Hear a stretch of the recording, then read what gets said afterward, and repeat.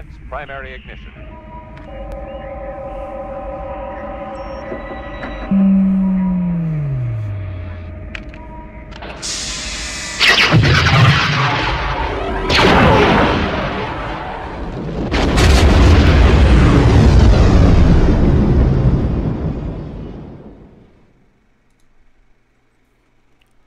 Hello, MGTOW. Hello, men. This is Howard Dare. Thanks for stopping by.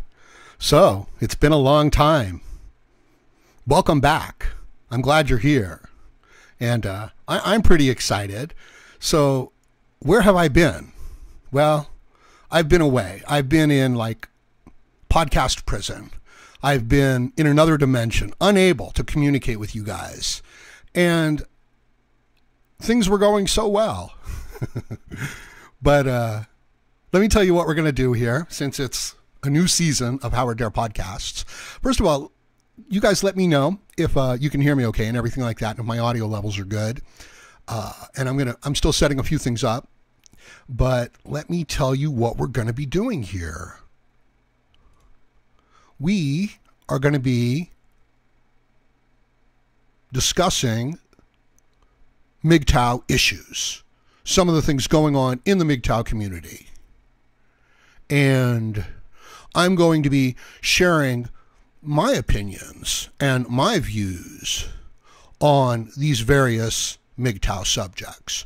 And be aware that I have been listening to people's hangouts and podcasts over the last few months. Some of you have even graciously, invited me in. Sound is good. Thank you, MGTOW Warrior. That's what I needed to know. And I just have a few things to say. Now, don't expect too much, right? Because, well, you know how things are. And so we're going to do that. We're going to do that first. Then we're going to talk about some current issues and what's going on, how it relates to MGTOW, how it relates to us. And, it's interesting because, I want to talk about, is a civil war inevitable based on, things in the direction they're going. And you could say the same thing within MGTOW, right?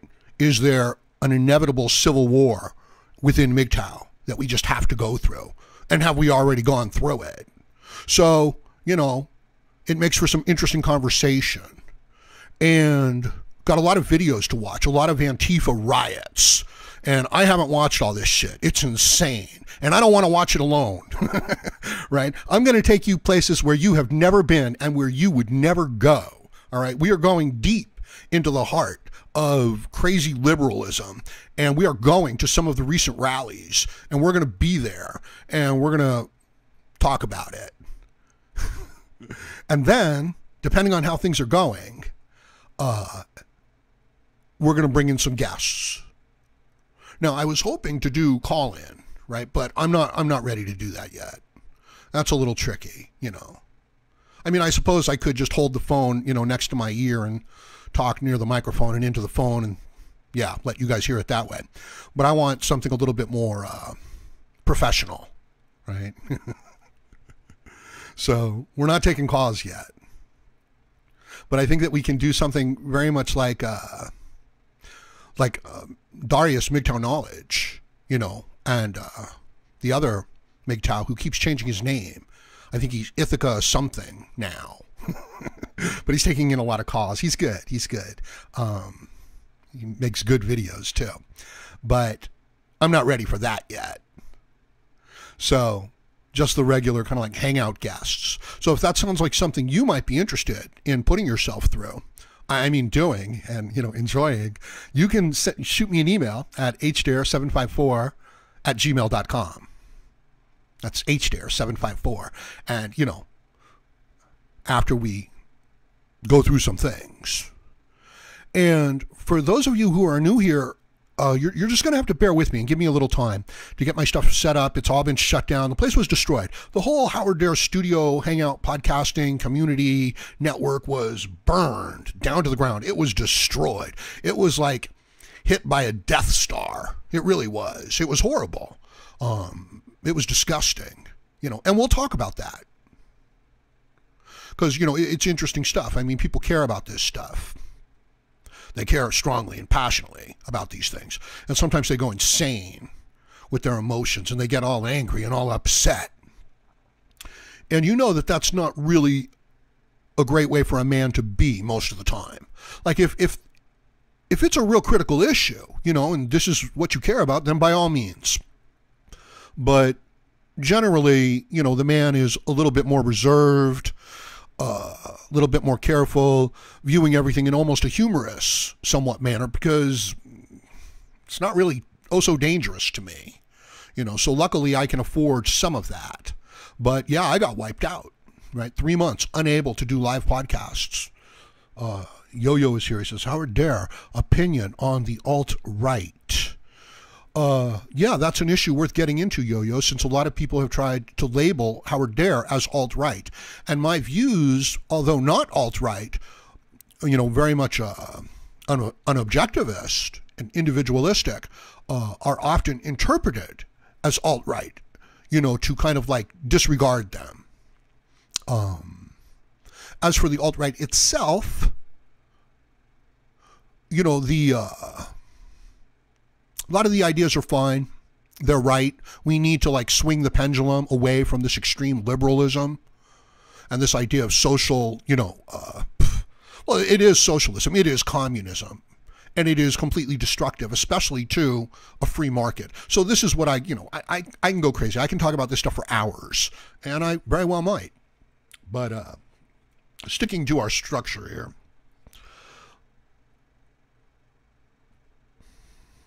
Let me bring the chat onto the screen.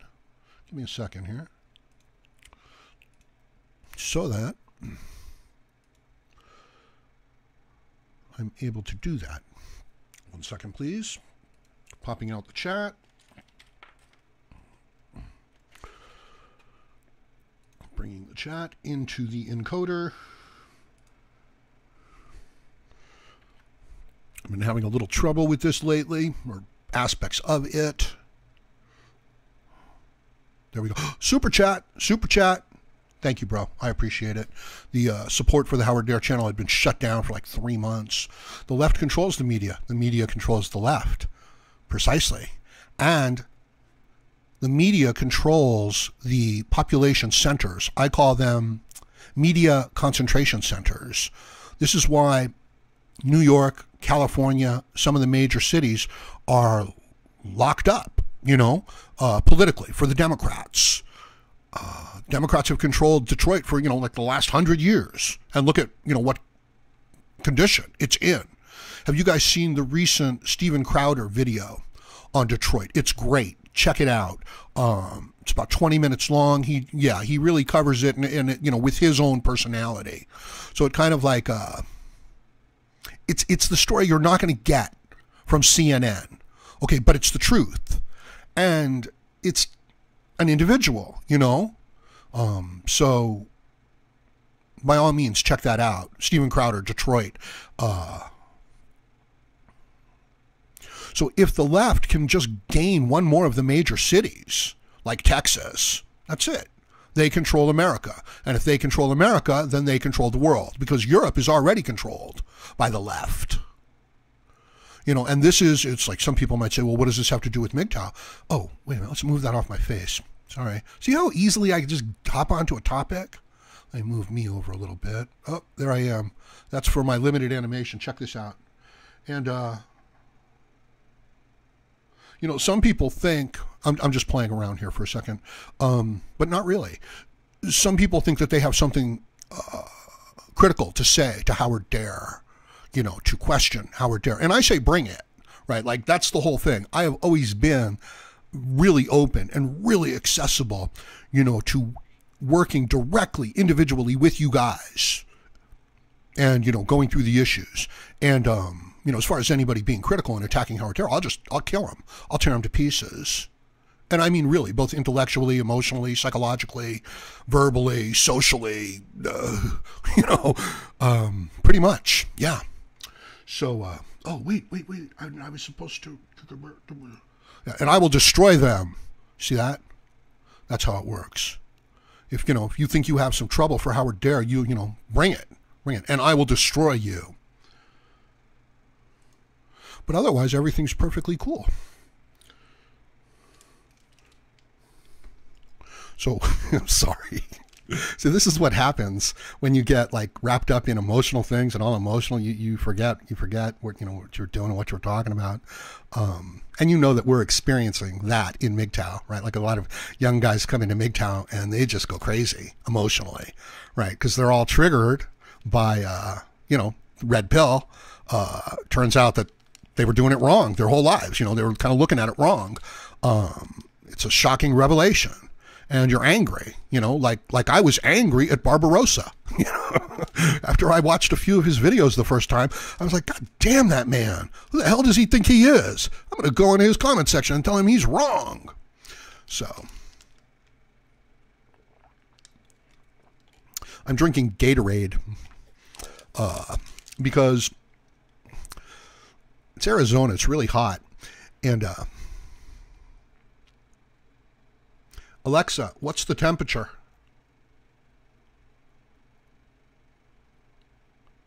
Oh, you stupid bitch. Right now, it's 111 degrees. Tonight, expect a low of Alexa, stop. Degree. Alexa, what's the hottest place on Earth right now? The hottest geographical area is Furnace Creek, California. Furnace Creek, ladies and gentlemen. Okay, so I'm drinking Gatorade because I've been drinking a lot of water and I just don't feel like I've been getting anything good out of it. Darius, is Darius around? Yes, and I need the electrolytes, Mystic Knight. Oh yeah, MGTOW Knowledge. Darius is here. Everybody, check. Yeah, how is the Facebook post? Darius has a Facebook post that's going totally viral. I think it's at 1 million by now, okay? I'm predicting that it goes over 1 million by the end of the weekend. And it's only like about 6 or 7, it's only about 5 days old. And it's a really great video with Jesse Patterson from The Fallen State. And he's going around the slut walks. And he's talking to the young girls that are topless and running around in their underwear and stuff. And he's just saying, are you a slut? Are you a slut? How would your parents feel about you being a slut? So it's a good video. So go over there and check it out. Let me see if I can get that link up here too, because that'll help.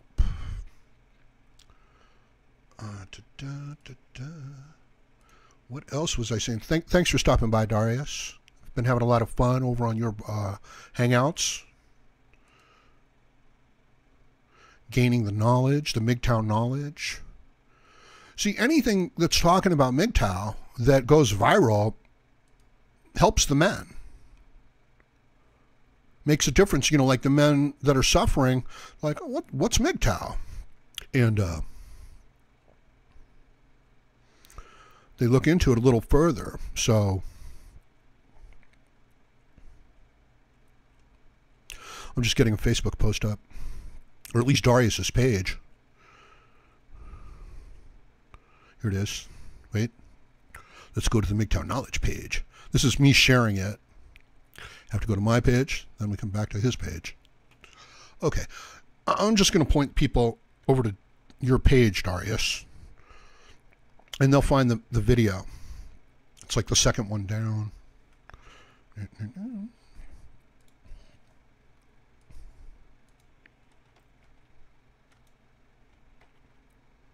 Interesting. Hold up. Yeah, now we're screwed. See, this stuff was bound to happen. I'm sorry, guys. What did I do wrong? Well, there you go. Darius's face everywhere. Okay. Look, I just want to copy my link. See, I haven't been doing this for like 3 months, guys. Give me a break. Oh, I see what happened. Sorry about that. Actually, there is the page. There's Darius's page. Check that out.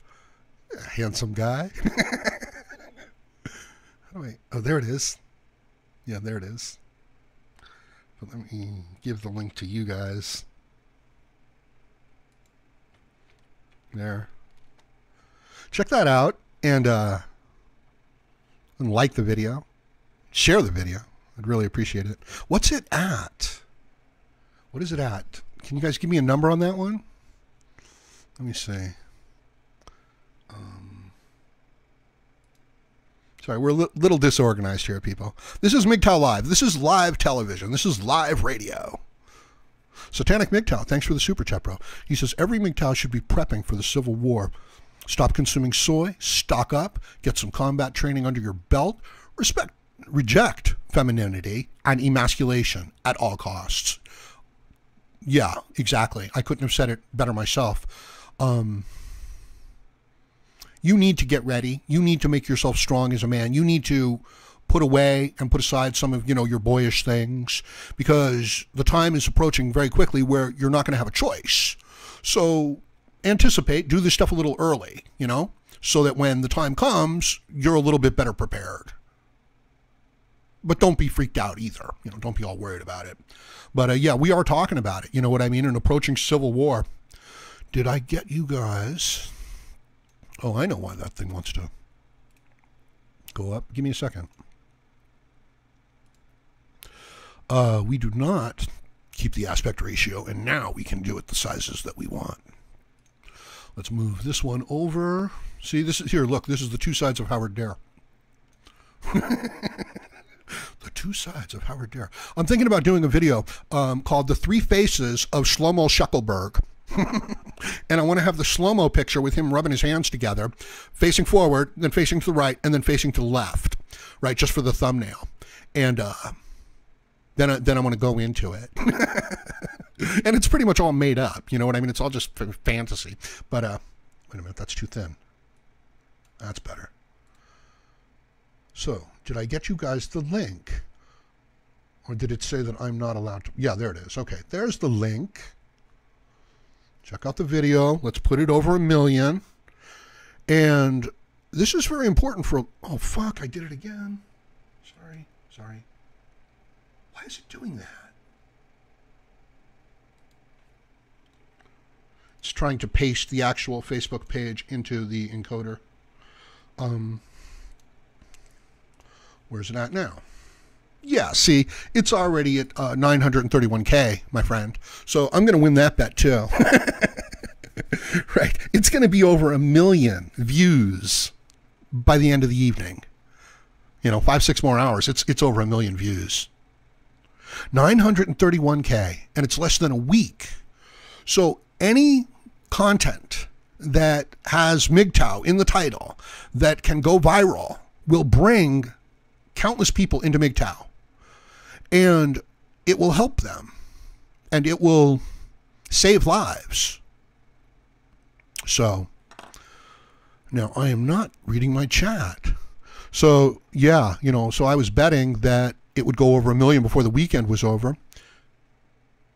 And here we are. It's over 1 million, long before the weekend. Oh, sorry about that. Connor EDM says, you shit. No, man, I rule. This is awesome. Dante Delane, Jordan Peterson, Ben Shapiro, Trump's work went to waste because snowflake conservatives. Good point. Fair point. The Republicans were never fully behind Trump. They were like, because they're largely bought and sold too. But, it's a struggle. It's a fight. And we're in it. And it is for the future of freedom itself. So that's what you're preparing for. And it may be that there's nothing that you can do individually as a man, to save the civilization and the situation. But maybe you can save yourself. Maybe you can go get yourself a nice self-employed business where, you make yourself your $1 million, where you don't have to answer to anybody. You've got a good life. You can travel the world. Nobody can fuck with you. You're healthy. You're happy. You're pursuing the things that you want in life. Let me make this point, because it kind of relates to a lot of the conflict that took place here within MGTOW on the Howard Dare channel from my moderators. They got very upset, that the Howard Dare channel was making revenue, through Super Chat and donations. And they suggested that that's the only reason why Howard Dare, is doing what he's doing. I want to give you guys a tip, give you guys some advice. Don't do things for money. Okay? It's hard to do things for money. You know, it breaks your soul. Do the things that you want to do, that you believe in, that you care about, and do them to the best of your ability to where they bring value to the world. And this is what you want to try to do. I know you can't always do it, right? Like, you know, let's say you want to play music, okay? But you're not very good at it. You're not making any money at it. So, you know, you're a car mechanic or whatever. Construction worker, okay? Car mechanic is, you know, construction workers, good jobs.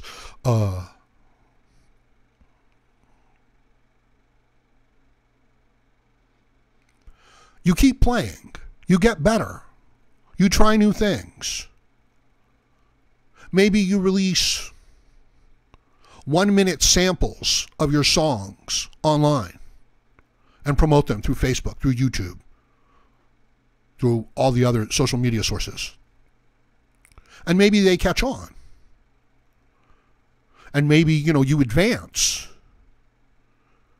And you put your heart into it, you know, because you really care about it. And that's all you worry about. Making your music. Getting better. Reaching more people with your message. That's all you do. And if you do that well, and you create value for other people, like they like the music or they like what you're doing, they start showing their appreciation. And it's this self-perpetuating machine. This is what motivated self-interest is. This is why things are alive. This is why the chicken crosses the road. Because it wants to. It's within its self-interest. And as long as you're not hurting anybody, you know, it's a good thing. So that's what I do. You know what I mean? I am not concerned with money. I am concerned with putting out good content that is of value to men. So some of you who are new here, you know, you're going to have to give me time. I ramble a little bit. I beat around the bush. It's hard to discuss some of these issues because they are emotional issues. See, I'm no longer angry there. But that's what's going on. And I believe that's what all the MGTOW content creators are doing, because you don't make any money at it until you get pretty good at it and you build up a subscriber base. So that's what I do. And I do it shamelessly, to be honest with you. And I encourage other guys to monetize what they do. And I understand how some people would say, oh, that, you know, takes away from what you're doing. But that's not how I do it. That's not how I see it. That's not why I'm doing it. And I suggest that that's not why you do it either, because you'd suck at it. You know, you just wouldn't have any passion for it. Now, let us further add to this point, okay, that this is a way to attack productive people. You say that their motives are bad. Oh, the reason why he's doing that is because he just wants to be popular. Oh, he just wants to make money. You attack their motives. You can't know a man's motives. You can't know your political opposition's motives. Actually, you can through experience, right? So this is another important point. You have to keep these points together, okay? Is that you need to know people by their deeds, not by what they say. So if a man says, Howard Dare is a shill and is only doing this for the money, okay? That doesn't mean anything. That's just a guy saying something. But then if Howard Dare shows up every day and produces content that is of value to men, even though he's not making much money, you see that what the man is doing is what represents the truth, okay? It's like a parent, who says, oh, I really care about my child. I really love my child. I would do anything for my child. I think my child should go to this school. But the parent is never active in the child's life. They don't feed them. They don't take care of them. They don't nurture them. They don't build them up when they, lose their confidence. They don't try to rein them back in when they're going a little crazy. They're just saying it. So don't be confused by this tactic of questioning people's motives when the other person hasn't contributed anything. This is the form of attack that the left can use on the right. And it's not left-right. It's a feminine kind of socialistic, non-productive, victim-blaming mindset to attack the person who's trying to be free and productive. You need to be free and productive in order to be healthy. The system is set to take that away from you, to take that away from the men. They're even using your attraction to women to get you to fucking go along. Imagine that an alien race came over and through subtle means in the background took control of like the wheels of power of the government, okay? But they still couldn't control the spirit of the men. You know, one of the things that they might do is they might brainwash the women and use the women to get the men to just fucking go along. You see what I'm saying? You understand what I'm saying? So if there was an alien intelligence that wanted to destroy humanity, they probably couldn't do it against the free men. But they could get the women of the free men, they could brainwash them to go along and to, have a particular mindset and go along with a certain social program. And that would either destroy the free men or get the free men to go along. Now that's a little, imagination there, but that's the situation that we're kind of in, right? That men are free, that they don't want security so much, that they don't want equality of outcome. They don't mind some competition. They understand that this is a merit-based system. Yeah, okay. So I get real excited about this stuff, Let me come back to you. I don't want to chase you guys out of here. It's like people are listening to this and saying, I'm gonna go listen to some music or something. Keep your eyes open. Okay.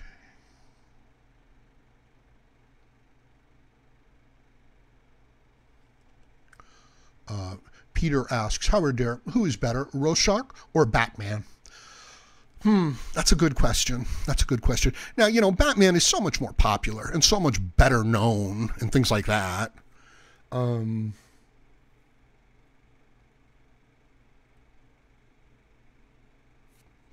Rorschach, and I really can't fucking pronounce his name, he's a more realistic character. You know what I mean? It's like if Batman was really going through what he's going through, he would become more like, the one in The Watchmen.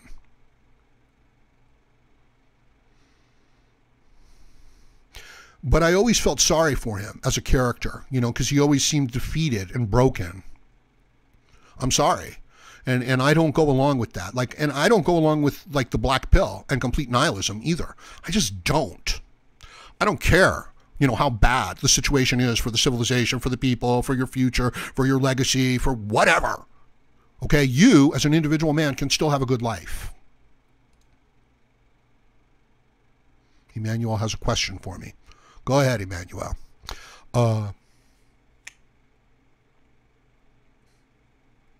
would rather be Batman, even with his kind of delusions.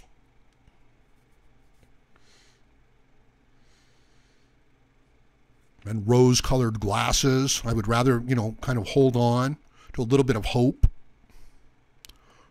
Rorschach. I'm sorry. You can... Just no do English tonight.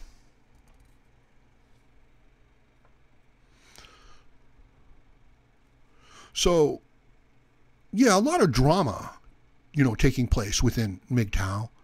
And Mayu has a serious question.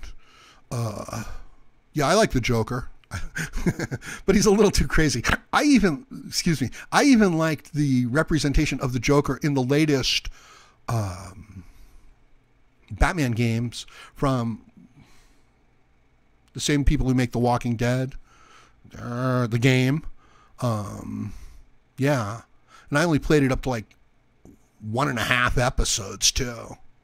I should go back and finish that. I like to wait until some of the games are completed, and then pick them up, because I hate to wait for each episode in those games. Rorschach, thank you. a spelling that I can pronounce. I'm just going through the chat.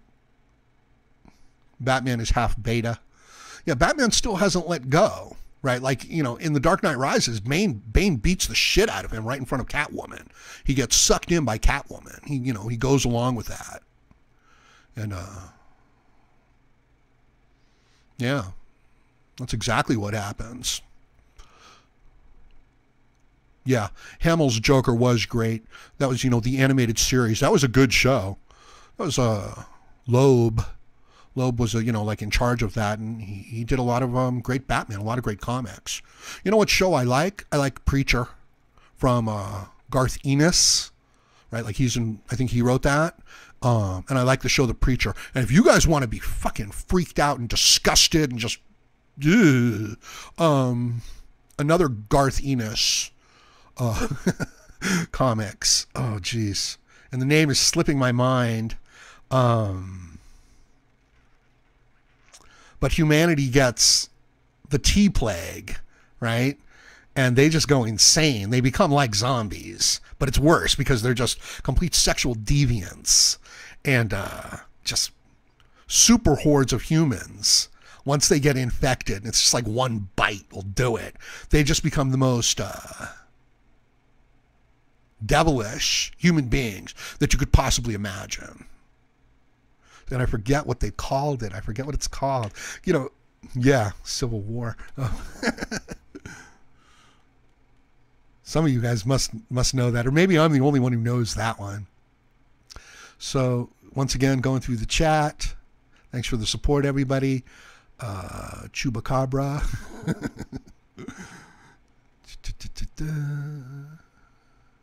Been a while. MGTOW Unsung. Good to hear from you too, brother. Thank you. Mr. Wright, what's up, Howard? I've been watched you for the last 2 days. About to subscribe since I haven't. Yeah, please subscribe, Mr. Wright. We do a lot of interactive stuff here on the Howard Dare channel as well. Very much part of like a MGTOW community and building it up. And it kind of blew up in my face because I brought in a lot of younger guys, and I don't think that they were really ready for the kind of responsibility and voice that I kind of like, the platform that I kind of like let them have. And, they went crazy. They were like, oh, Howard Dare, he's just a shill. We're the true MGTOW. And then they kind of got me shut down. They didn't get me shut down, but all the bullshit kind of compromised my ability to be smart. Me no smart no more. And I made some stupid mistakes.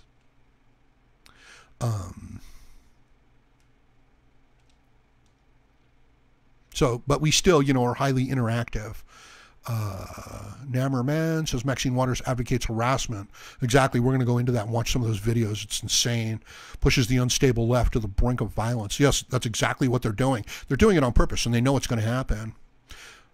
Mayu says, Howard, well, it's just that I've been so stressed and overrun by greater things in society when my own life should probably take priority. But it's hard to just put worries on hold or totally off. Oh, yeah. Totally, and we worry about things that are like so outside of our sphere of influence, and we don't take care of like, cleaning the room or doing the dishes. I know, but it's quite intriguing, and we are connected, especially in this internet age. We are connected. We get the news from around the world, and that the mainstream media, mainly the left, they're pissed that they're not controlling everything, that there is this glimmer of information that we individuals are putting out, to each other without their mindset, without their, point of view on it. And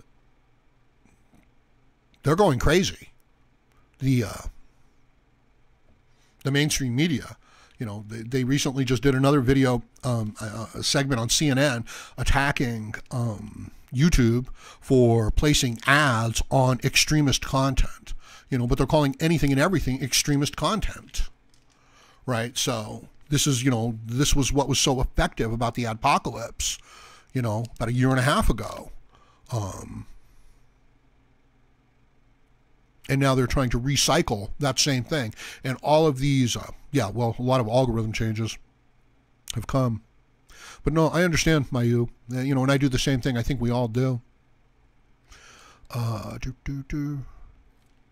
McLovin, the Irish R&B singer. Frank Kush wasted 11 years with his ex. Since going MGTOW, I have amplified my net worth and my health. Exactly, McLovin. That's the way it needs to be, you know. We get convinced as men that we're supposed to take care of women. Have you seen the co-star from the Dukes of Hazzard, the blonde-haired guy? They just put him in jail, you know, because he couldn't pay like $30,000 a month in child support and alimony. And they let him out like 2 hours later because the prison, he was only being put in for 3 days. But the prison was overcrowded. It's like in California, right? Surprise. People are breaking into the prisons, right? So they don't have to stay on the streets. They let him out within a few hours because they were overcrowded. I wouldn't count on them doing that for you, though, right? So don't put yourself in that situation. And he was, you know, he said, you know, like he would have given her the money if he had it. He just didn't have it.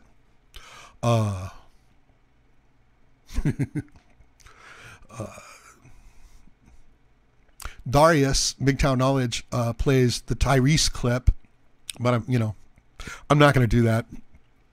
But it's funny stuff, so you may want to check him out.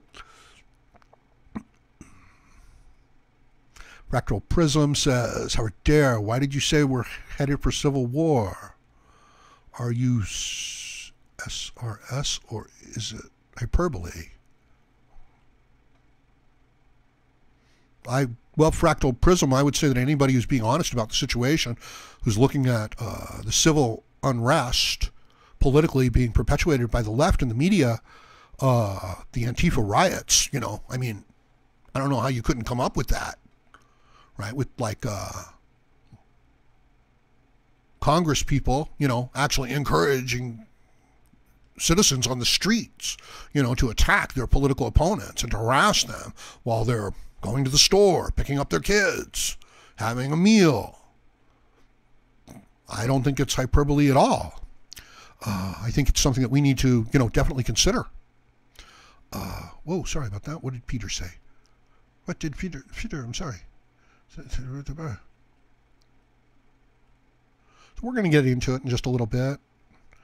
You know, a lot of people got really hurt from all of the damage that took place here at the Howard Dare channel with all of my moderators attacking me and claiming to be the true MGTOW and then attacking the motivations of all other people around here and all other, you know, content creators.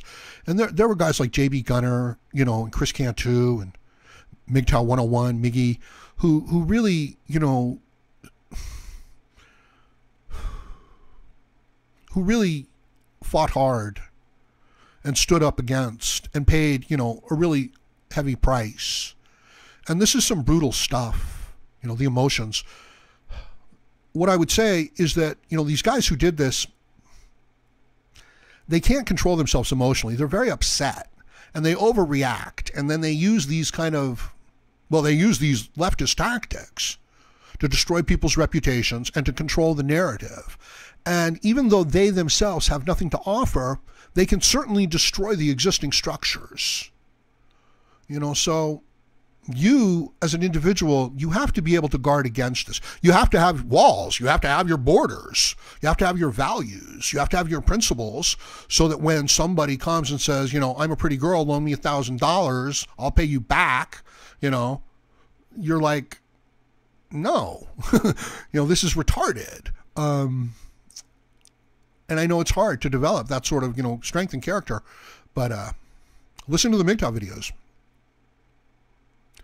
The Chuba Cabra says, Howard Dare, I got to step out, but just wanted to say I'm glad you're back doing live streams, brother. Thank you, brother. I appreciate it.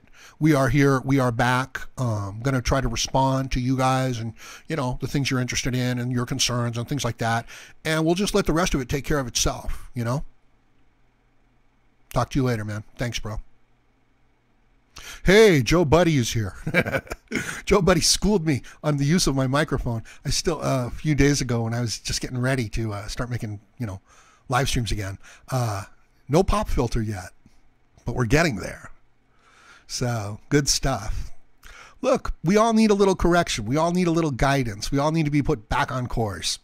Maybe I went too far. Maybe I got too excited about, super chats and PayPal and things like that. Or maybe I didn't express it properly. But I really did kind of want to inspire you guys to look at your own happiness, your own productivity as your highest moral purpose in life. Look, you're not here to make some bitch happy. You're not here to take care of other people. You're not here to fix the world's problems. You're not here to sacrifice so that there's less suffering over in Syria. You didn't do anything to the people over in Syria. And if you're worried about the people suffering over in Syria, I can assure you that there's plenty more people suffering in Uganda. There's plenty more people suffering in South Africa. There's plenty of more people suffering in Asia. There's plenty of more people suffering in Russia. So this idea that you are morally responsible for the suffering of others, it's a trick. It's a way to destroy your life. It's a way to take your life away from you and turn you into a disposable utility. It's not philosophy. It's not morality. It's not ethics. It's marketing at best. It's not even marketing. It's toxic poison brainwashing. And we've been doing it. Mankind has been doing it to mankind since the beginning of time. And it is just now, in the modern age, with science, with technology, with a separation of powers between religion, state, and religion. And we don't have real separation of powers. You know what I mean? Like the government is involved in media is involved in the schools, the banks are involved with the government is involved in, the insurance companies. So we don't really have separation of powers. But if you do, and you enshrine individual rights, you get this engine of human progress, motivated self-interest. And there's a group of people, usually corrupt religious people, usually corrupt politicians, dictator types, people who want to be in charge. And they don't want to see a free system based on merit and competition. They don't want that. They want rules. They want regulations. They want to make sure everything turns out right for their people. And they will attack just the way that we attack each other when we attack each other's reputations. So that's kind of what happened right here in MGTOW. If you want to know what causes people to do stupid stuff and fight and tear things apart, look no further than human nature. Oh, exactly. Konstantin Luca says, slave morality and master morality. Yes, exactly. Nietzsche and the inversion of those values. A productive class, good is what works, what is productive. Like if you're trying to build a house and the house is strong and it stands up, you say that is good. If you're trying to build walls and the walls are good and strong and they do their job, you say that is good. And if you're trying to build a financial system and you build capitalism and everybody is profitable who wants to work hard, you say that is good because it works. And there's your master morality. There's your productive class. That's the mindset. But what if you say somebody should build this house for me? Because my ancestors were treated unfairly, you should build this house for me. We should take the money out of your pocket, tax dollars. You should build the house for me. That would be the good thing to do. That would be the fair and the right thing to do. Oh, there's people suffering. Oh, you don't want to see them suffer. You're not evil. You're not a bad person. Well, you have to cure their suffering. That would be good, would it? And whose suffering would you alleviate? And how would you decide? And what would the limits be? So this collective leftist mindset, it's not the mindset of a productive individual. It works for a while. Like I went along with it for much of my early life as well.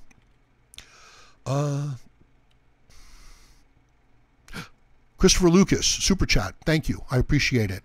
It'll go towards supporting the Howard Dare channel, putting out more content, maybe a new microphone or a new pop filter. And you know what? I think we should bring back the Super Chat plant. I think the Super Chat plant is alive. I think he's coming back to life. The Super Chat plant. You guys know who the Super Chat plant is? I'll show you. Some of you are in for a great surprise. You'll be like, I've never seen a podcast like this before.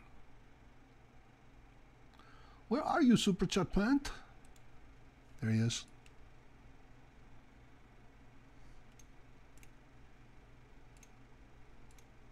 There you go. He's happy. He's dancing. Let's see. Trevor says, Howard, I know this is a little off topic, but what's your opinion on incels? No, it's not off topic. It's exactly what MGTOW is about, Trevor. I feel bad for the incels. Incels, involuntary celibates, ladies and gentlemen.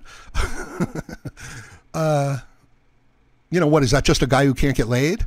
No, that's not just a guy who can't get laid, right? That's somebody who is so far down on sexual market value that they have no hope. And I think it's a tragedy, because I think that there are people, if people want to get together, there's enough women out there. Look, you know how it is, okay? 80% of the women want to get together with 20% of the men. So 80% of the men, incels, right? And it's not the complete 80%, but, you know, you move your way down. So the guys who's, you know, well, you know how it would work until eventually you got down to the bottom. And yeah, there's just no real possibility for those guys. Now, if a man, let me tell you how I feel about it. If a man is healthy, okay, I don't care. Then he's not an incel. Then he needs to make himself stronger, build himself up. I don't care if he's short. I don't care if he's tall. I don't care if he's not, you know, the strongest guy. I don't even care if he's not the smartest guy. He'll have to work hard. You know what I mean? He'll have to recognize that he's not oh so smart and then make up for it in some other area, like hard work, consistency, discipline.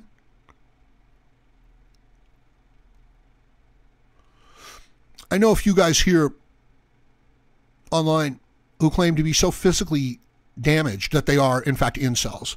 But again, they act with a lot of bitterness and hostility and anger.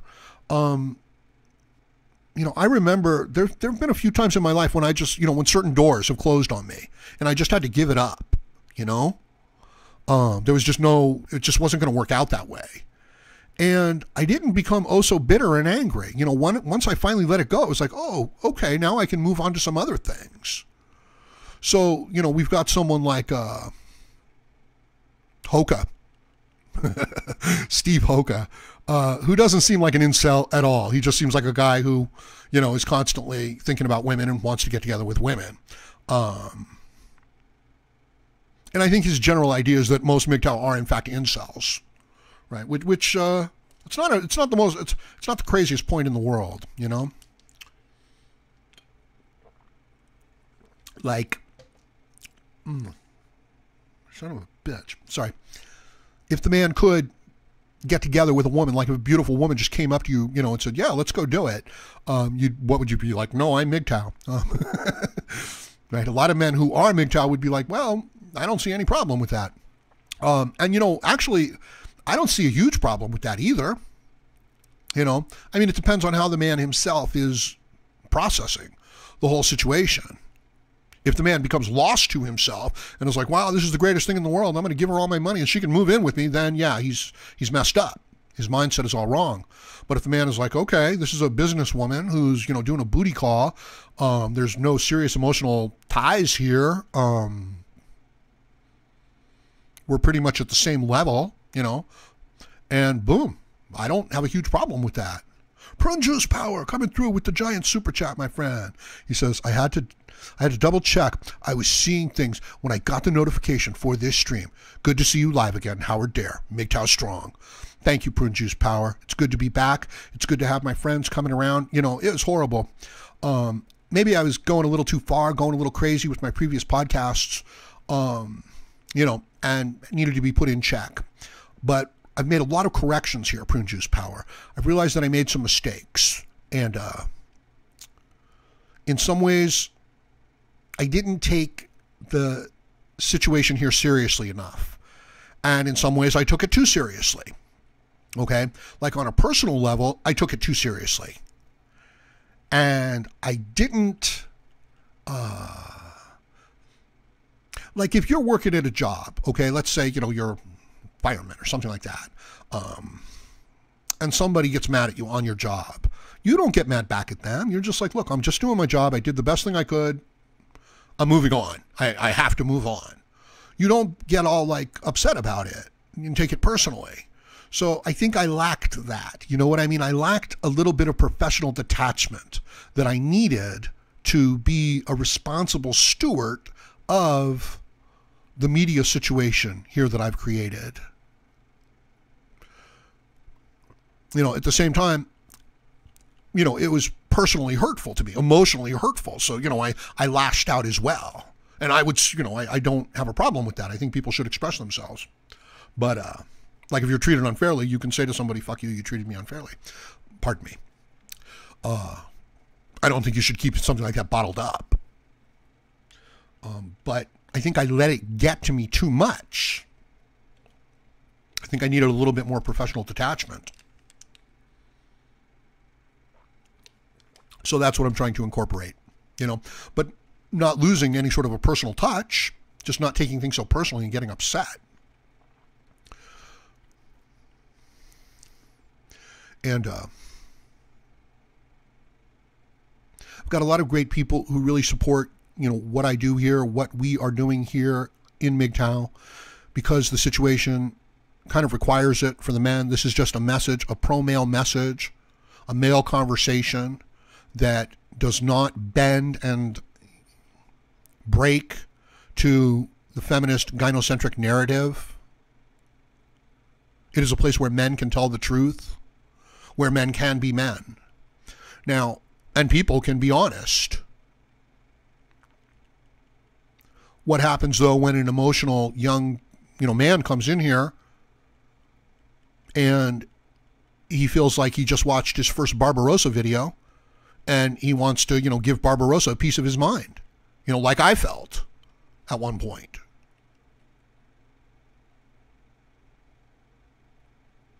Because we get plenty of those too, and we need to recognize it. Take a look at someone like Eli, just driven by their emotions, going after the motives of other people. Recognize the pattern, recognize the character type. Super chat. Peppermint cat sauce. That's a great name, Peppermint. Tree 50. Good to hear you again, bro. Wonderful to have you here, Peppermint. Nice to have you here. Thank you, my friend. So recognize the behavior of the emotional narcissist, of attacking people's motives, like imagining the worst. It's like, why didn't you compliment my haircut? You hate me. Recognize that pattern. Detach yourself a little bit, from the attacks so that they don't hurt, so that they're not personal.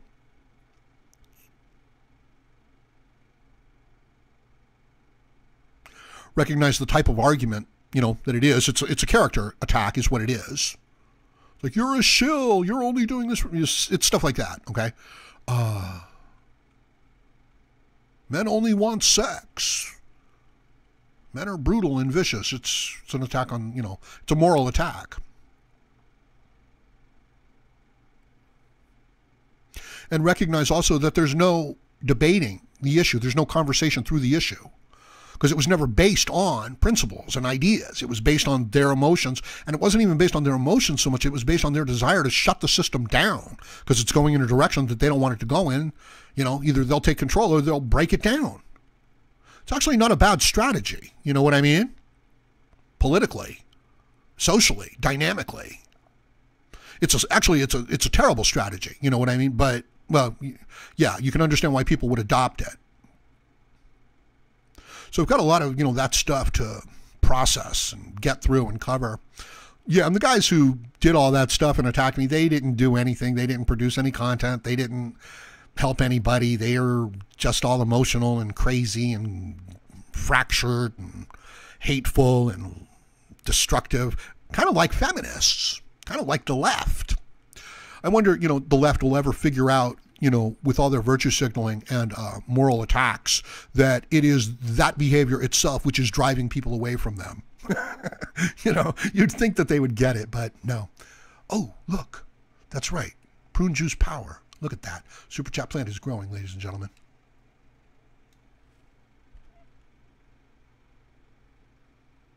Chronicles of AJ says, I think it's important for MGTOW content creators to have another channel that's based on their interests.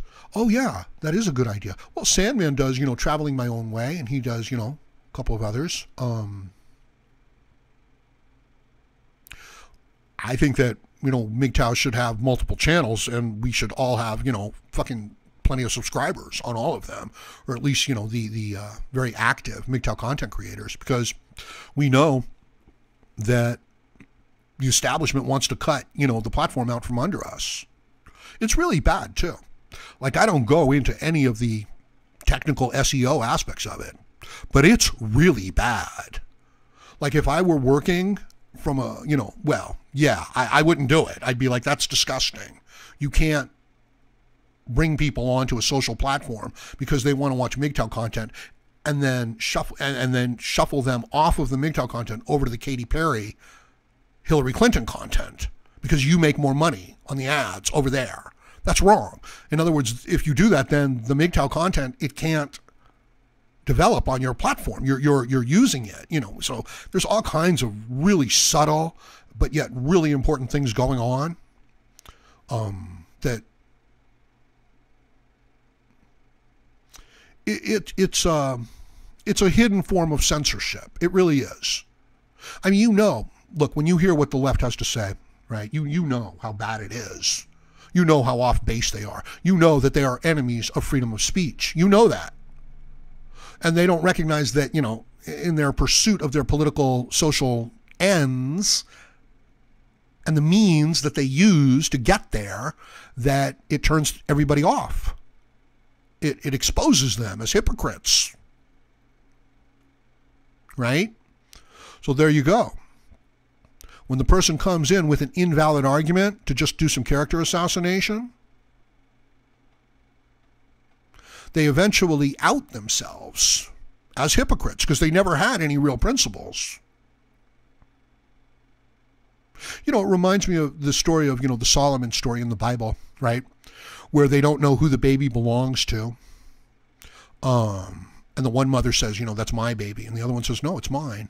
And Solomon says, well, that's pretty easy. We'll just, cut the baby in half. You can have one half and you can have the other. And, one of the mothers says, yeah, well, okay, that seems reasonable. The people are hungry, okay? That's why she says it. And the other one says, no, don't cut him in half. I'll give him up before you cut him in half. And so Solomon says, okay, well, then you're the real mother. Because, see, I didn't want to explain the story too much. Sunrise Hoodie. Sunrise Hoodie does great biblical stories. And these are great stories, too. These are the ancient stories of our civilization. And you don't have to be like fully religious to get a whole lot of great value out of those stories. Yeah, I have a whole really interesting take on those stories. But we'll save that for another video. David Copperfield, the magician? or David Copperfield. Or the character. The Dickens character. I don't know. I'm pretty weird. Let's see what else is going on. So let's hoodies up. Yeah. Oh, I've got a great image that I'm thinking about using for my new avatar. And it's just a dark face in a hoodie. That's all it is. Christopher Grennan says, men are supposed to be better looking than women. Yeah, they are. And they are. Especially in nature, too. This is why, the males, they develop colors. The females only, just develop the slight, sexual, like you can tell that they're ready. But the human female, no, she hides it, so we don't even know. But then she paints herself up with makeup and colored hair and high heels so that she actually looks like the male of the species, the one with color. And you know what happens to the men in the area? You're thinking, nothing happens. The men are just the men. That's the way they are. Nope. That's not what happens, gentlemen. Let's say you're a group of men, okay? And you're competitive. You're a sales force, okay? And there's 2 or 3 of you that are usually on top, but it's a fight every month, okay? And, you know, new people come into that group, and then new people dominate that group, okay? But then you bring in a woman, and she's wearing, you know, she's got red hair, she wears high heels, she wears a low-cut blouse, she wears all the perfume. She's loud, she gets a lot of attention, and she moves around in that sales room. What do you think happens to the other men in that sales room who used to be so competitive? You know what happens to them? 1 or 2 of them will go after the woman. And you know what happens to all the others? They start looking at their feet. They turn gray. They lose all of their colors. They stop competing. That's how much power women have in the workplace. And guess who's going to get promoted? The person with the most sales. And guess who the person with the most sales is probably going to be? The person with the biggest boobs and with the most color. So the men aren't just... If you have a silverback gorilla, okay, and he dies, nobody beats him, he just falls out of the tree and dies. What do you think happens? Do you think that the other gorillas fight? No, they don't. The one that's the next highest in ranking, he just assumes the place. So what does it mean when women put up, you know, a whole bunch of makeup and high heels and talk really loud and act like they're in charge? What does it do? What does it do to the younger men? You know what it does. It destroys them. Anyway, so let me take a quick look at how we're doing. Do you guys go over and check out the Facebook video? How's the Facebook video doing? Let me check that out. It was at 9:31. This is Darius MGTOW Knowledge's Facebook page. And it is now at 9:36. So in the time that this video started, okay, 5,000 views. It's going viral. It's going to be over 1 million by tonight. Okay. Awesome. That is so cool. Let me also check how I'm doing with you guys. Are you guys... Do me a favor and hit the like button if you like the podcast. Go ahead and share it too. Yes, I've been going over an hour just doing an introduction. I'm sorry, you guys. There's so much to cover. There really is. You know, and I know that a lot of you, like, you know, think you might, are angry with me, you know, and have something critical to say. Not many, but some. By all means, you know what I mean? I will just, you know, I'll deal with you. I have no problem with that. But I'm much more concerned with the majority of you who support me and missed me and recognize that I'm trying to do a job related to MGTOW. So let's get to it. Christopher Lucas, thank you for the super chat. Okay. So I wonder if some of you guys are like new to the Howard Dare channel. Let's come over here to do this. Wait a minute. Give me a second. I'm going to copy this one. Okay. And we're coming over here to the other set, to the news set, ladies and gentlemen.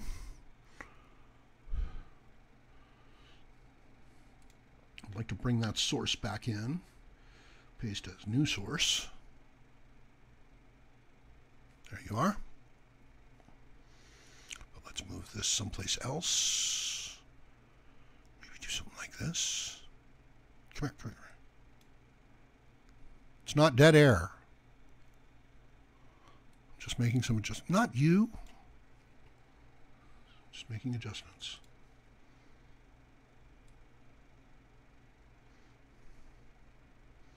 There, it looks like a little Apple iPhone.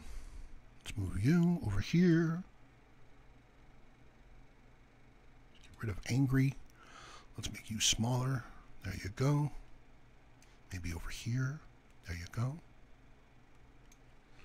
Okay. Where are my videos? Bring in the videos.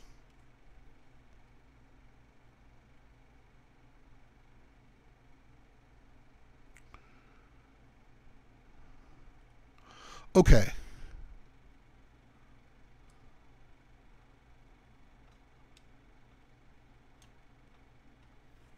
So here's Maxine Waters, with her original call to violence, civil unrest and civil violence. Let's bring this in. If we can't protect the children, we can't protect anybody. If you see anybody from that cabinet in a restaurant, let me know if the volume levels are okay. I've got a few different video clips that we're going to play and talk about, but this is the one where, she's actually saying attack the people in the restaurants. If they, are part of the Trump administration. And you know that this extends over to, that it extends over to little kids wearing a MAGA hat. So here it is. Yeah. If we can't protect the children, we can't protect anybody. If you see anybody from that cabinet in a restaurant, in a department store, at a gasoline station, you get out and you create a crowd. And you push back on them. And you tell them they're not welcome. Could you imagine, right? Like if we were saying that about Democrats, not we, but like if Republicans and conservatives were saying that about Democrats, like of Obama supporters. Because that's, by extension, she's saying everyone. And I'll tell you something. She had to clear this before she said this. So they're acting like, well, she went a little far. No, she knew that she was allowed to say this. This is completely intentional.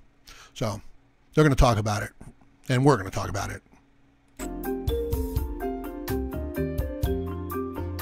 The people are going to turn on them. They're going to protest. They're going to absolutely harass them. So this is inciting, violence against people. This isn't, come to the rally. This isn't hold up a sign. This is seek out individuals, form a group, and start going after them. You could give someone a heart attack doing that to them, And it sends this really horrible social message, too.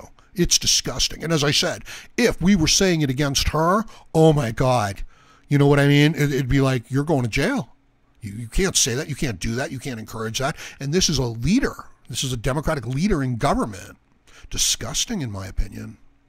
Until they decide that they're going to tell the president, no, I can't hang with you. Not in D.C. Not in the U.S. Not in D.C.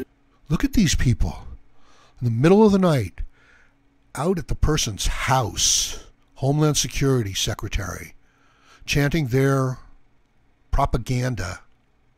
This is how worked up into a frenzy they've become. Not in the U.S. Not in D.C. Not in the U.S. Our issue is strong borders, no crime. Their issue is open borders. Let MS-13 all over our country. That's what's going to happen if you listen to them. Yeah, it's not a great political strategy, is it? And again, it's the indulging of the emotions. You're going to see more of this. Like this isn't just an isolated incident. You don't need to see these things, recognize the pattern of what these things are. These are attacks on the moral basis, on the ethical basis of their opponents.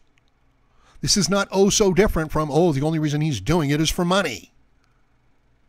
That's all this attack is. This isn't, we have better policies. This is everything that, my opponent does is inhumane, is inhuman. Now, someone said that I should do podcasts with other MGTOW content creators like Sandman. I'm sure that they would probably, do like an interview or something like that.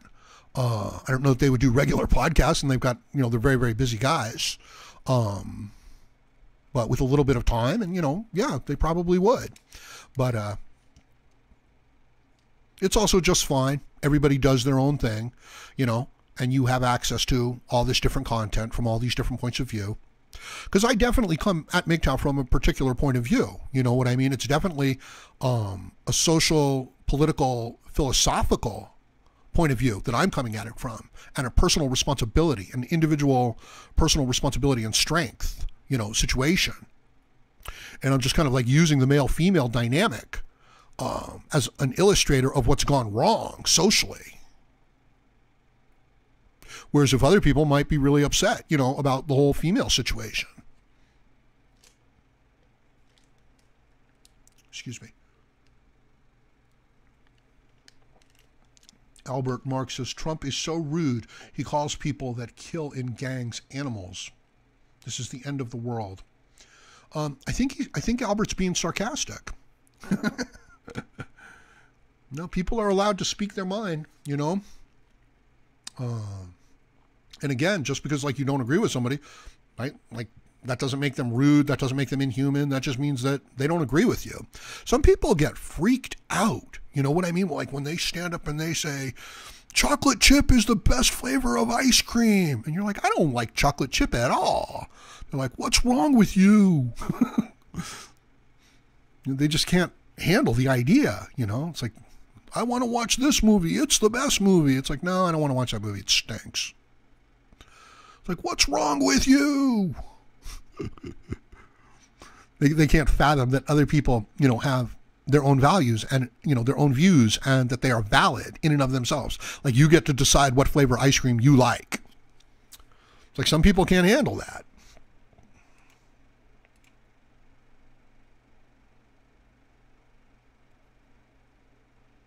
Yeah, like I'll definitely bring some other MGTOW content creators in here. You know, that's what I would like to do. Go ahead and email me, hdare754, if you want to come in here and talk. Ah, what the hell? Sorry, guys.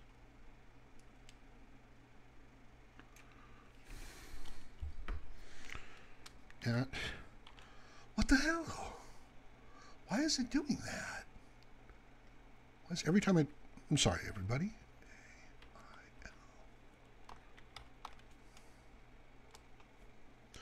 Every time I type into the window, it changes the shape of the window.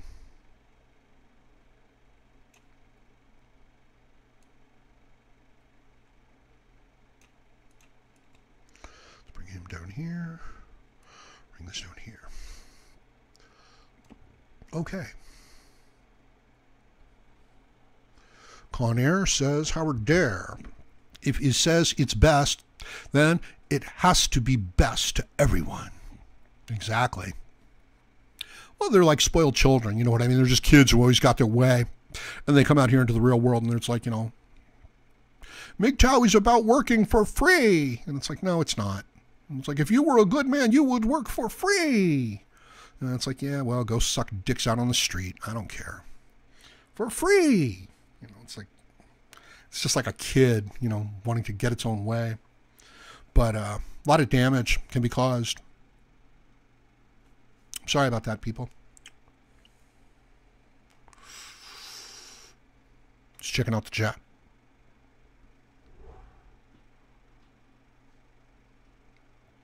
Alan Mew says, MGTOW is about embracing masculinity and not feeding female entitlement. Yeah, I agree. That's a fine, you know, way to look at it.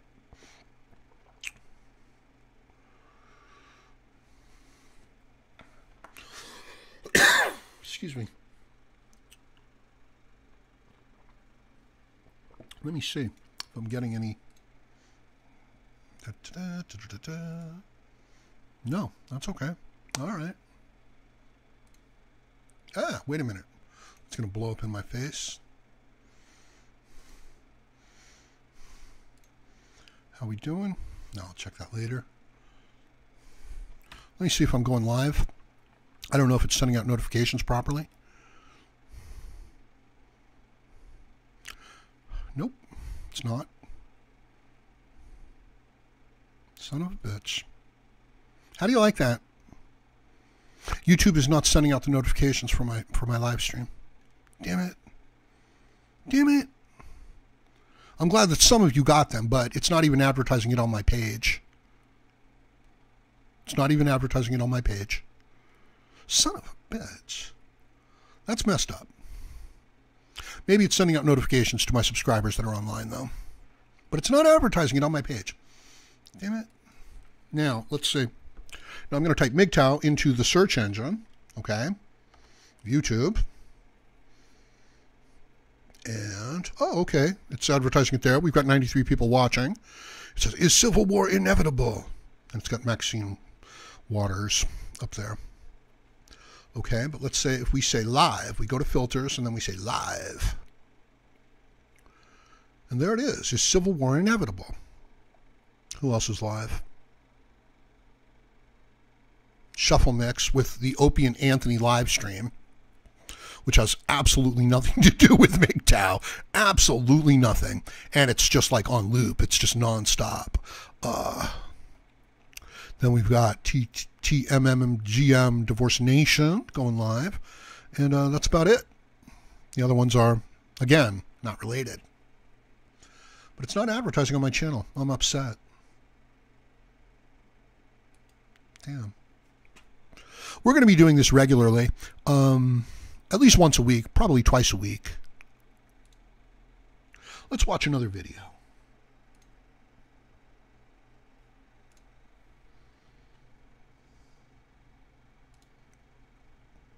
Okay. This is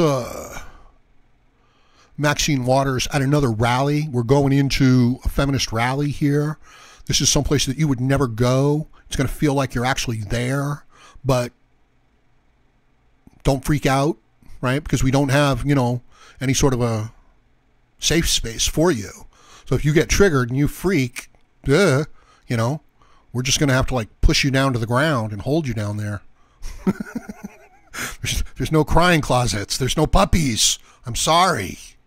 Actually, I should have provided puppies. I'll tell you that. I should get some pictures of puppies up here, and like every once in a while, just put the picture of like the puppy up there, and everybody will be like, "Oh, yeah, I feel better now. Thank you, Howard." It's like, okay, let's get back to the Civil War.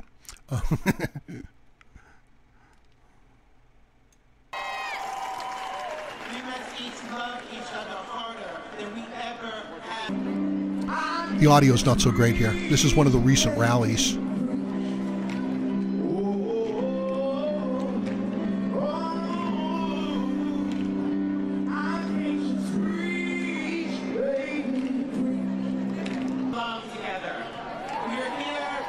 Look at all the white people in the audience. You know, and I don't mean to be anything like racist or anything like that. I'm just saying. There's a lot of white people in this section. Because our hearts are broken. When we have over 2,000 children that right now are not with their parents because we separated them, because we took them from their parents. We separated them. We took them from their parents.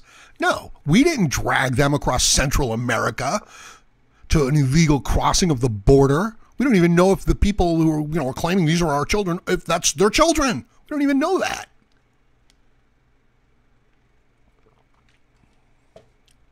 So again, recognize the pattern.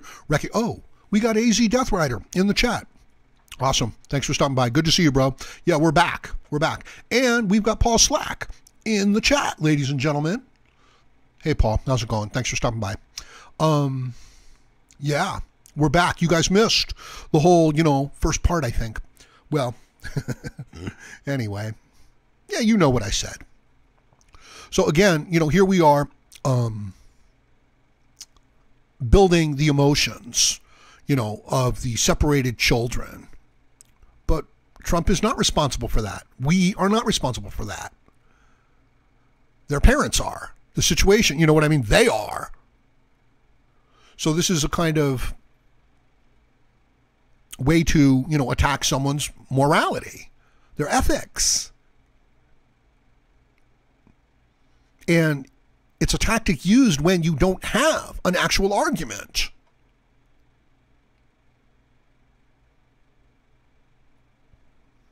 In other words, you and your coworker, the president of the company dies, and the two vice presidents, one of them says, I think we should, focus our efforts in computer sales, and the other one says, he doesn't have a strategy at all, okay?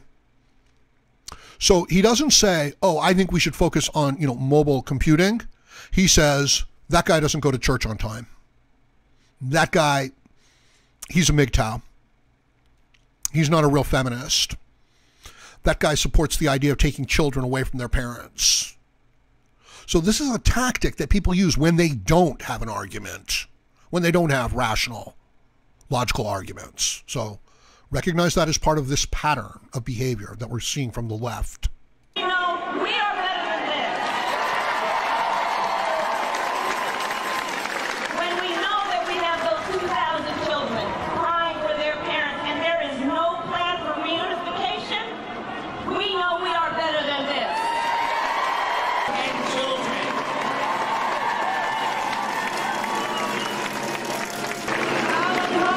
You think you can get away with everything, but you have gone too far when you're trying to break up families in the way that you do. Parados y paradas.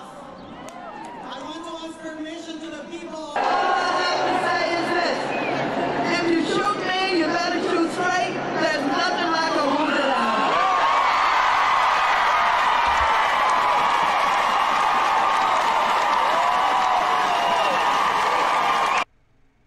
Yeah, I don't know if talking about shooting is the best metaphor to use in this instance. I'm just saying that someone, some crazy emotional person who's been whipped up into a frenzy in the crowd, I don't know if you want to be talking about shooting with them. And yet here she is. I guess she doesn't know any better. And come on, guys. You know that's not true. You know that what she's saying is intentional. You know that the metaphors that she's using are intentional. You and I, as amateur, pontificators, we might, just make stuff up. She's not making stuff up. This is written down stuff. And it's written down for effect. It's not just, yeah. Okay, let us continue. No, she's not mumbling. The sound is really bad. We're just not getting good audio here.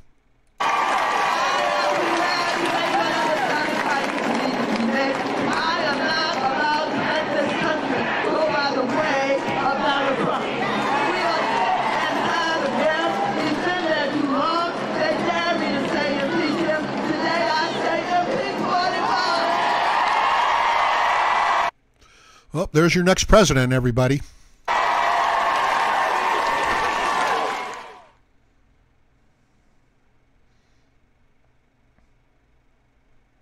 Albert says, Howard, you know that Democrats don't have any semblance of self-introspection. Well, individually they might, but no, the left, when it goes crazy, it goes crazy. I never thought that we would. I always imagined that if there was going to be like some sort of civil war, that it would come from the right, that it would come from the conservatives, that it would come from the alt-right, that it would come from the super nationalists. That's what I figured, right? Yeah. But no, not at all. They're actually pretty fucking cool, They've got their views. They stick to themselves. They don't break the law. Whatever. No, these people are rioting in the streets. They're burning things, throwing shit through windows, and these are like regular fat people. You know what I mean? These are like government workers. These aren't like crazy nut job people. These aren't like, super survivalists or anything like that. These are government workers. They're putting on masks and their kids are just really going into it. It's amazing. Frank Cush says, Civil War, no. Civil destruction of the low information lemmings, yes. Yeah, fair point, Frank.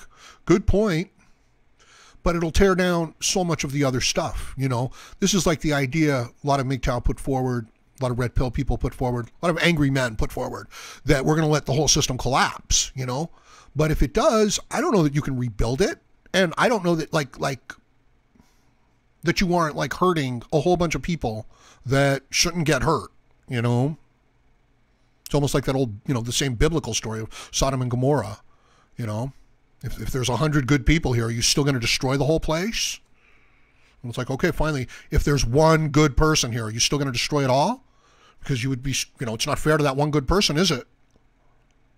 So, the whole thing destroys itself.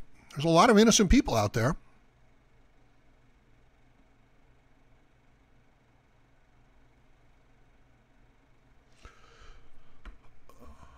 Christopher says, all of them just warring against reality in life. Yeah, that's true. Well, and that's what the war is against. It's against objective reality. You know what I mean? They're not, they don't want to deal with reality. They want to put a social program in place that'll, take care of them. Christopher also says, warning against health and intelligence and beauty and evolution. I'll have to think about that. Frank then says, think of it as job creation and a new beginning. Yeah, well, before something new can be born, something old has to die. Liberty Ship MGTOW says, interesting that 3 of my comments never made it into the chat. That is interesting. But I'll tell you what, it's not Liberty Chat. It's not a particular mod coming out here and just randomly taking away your voice. That's what they did. I'm still reliving it. Sorry, everybody. Paul says, the leftists don't seem to like us anymore. That's a bit of a pun there because I'm using a lot of Tom Likas clips. I think they're great. Peppermint's coming through with the super chat again. 450. 450. Loving this cast.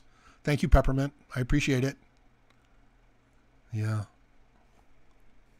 It's amazing.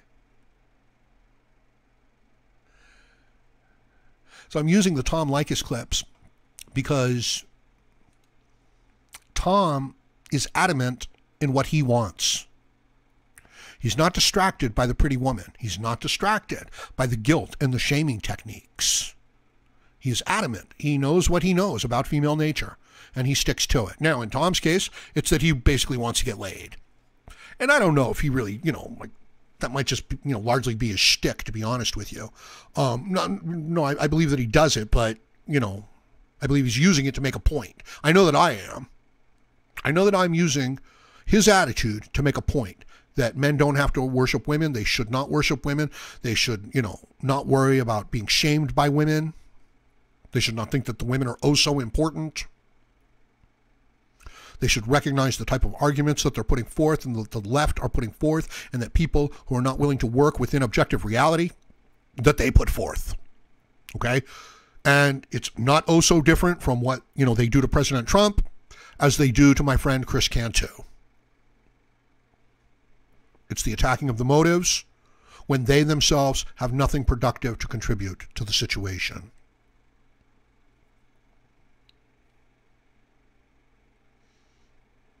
And we get ripped to pieces. We get torn up by it.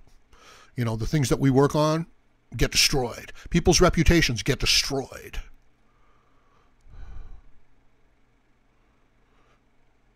And I can't stop it. And I can't recognize who's going to do what. And when someone comes into the situation, into the debate, into the argument, into the manosphere, into the MGTOW community, and says, this is my point of view, and then they start attacking and impugning the character and the motives of other people who have a proven and valid reputation, everybody's like, well, maybe he's got a point. Maybe we should listen to him. But it's not true. You should not. That person is a liar without any character. Attacking someone who, is like your friend that produces great value and is very valuable to the community. So like if you were like going down the street and someone came to you and said, I want to rob you, would you be like, well, I'm going to listen to what you have to say? And, the guy would be like, give me all your money. And you'd be like, no, I don't want to do that. And you'd be like, well, give me half of your money. And you'd be like, no, I don't want to do that. The guy would be like, well, give me 20% of your money, or there's going to be a huge physical confrontation and you might not make it out of it very well. Isn't that worth 20% of your money? And you'd be like, well, to be honest with you, yeah. You know what I mean? I don't want to take that chance. So 20% seems very reasonable. Okay, that's not the conversation that you have. You know what I mean? When someone's trying to rob from you. So when someone comes in and they're trying to destroy your character on invalid, false grounds, when they want to perjure themselves for their gain, when they wish to bear false witness to another person's reputation and status within the community, should you be like, well, I'm going to listen to what he has to say? Because that's what we did, and that's what we do, and I don't think we should do that. I think we should recognize, hey, you have no standing here. You have no voice here. And this man over here, he does. So this is like something that men do that I don't know that women do. You know, this is something that, well, yeah, that I failed in. That I failed to recognize. But like I said, I don't know how I could stop it. I don't know how I could recognize it. I don't know, or rather, I don't know how I could get other people to do it. You know what I mean? Like, I could be like, hey, that guy's full of shit. And, you know, he's talking shit about somebody. I can recognize it. But then, you know, like the person's reputation gets destroyed. Sorry. I don't know what, you know. I failed. Okay. Let's watch some more video. And this shit is going to freak you out. I'm sorry, but you know, you're not alone. You're not alone. Okay. So this is some high quality Antifa riots. Yeah. It's pretty long too. It's a nice compilation.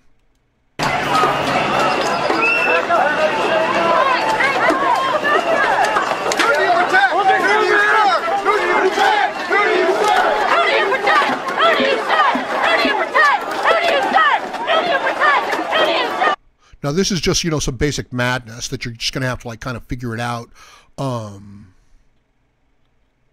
It's like riot porn, you know, crowd porn. I used to love talk show, informational documentary like programs on the Learning Channel and the Discovery Channel, things like that. They could talk about wars. They could talk about volcanoes. I didn't care. I did not care, you know. Yeah, a lot of war footage, a lot of old World War II bombing footage and shit like that. Cities burning. And I would just watch the stuff. A volcano, holy shit. You've got a good volcano eruption, I'll just sit there and watch it. You got a good fire? Shit. People will come out of their houses in their pajamas to watch it. So we're just going to watch some of the riots. If you guys need it, we've got, you know, a crying closet and some puppies that, you know, you can use in case you get triggered. So here we go. And don't forget to support, you know, share, like the video. I would appreciate it. And go check out the Darius Facebook video, because it's going to go over 1 million tonight, probably by the end of this podcast. Yeah, definitely. InfoWars. It's great footage. What Dissident? Check it out. It's not even like reporting. You know what I mean? It's just coverage of the riots. So yeah, check it out. Don't be upset about the source. It's quality footage.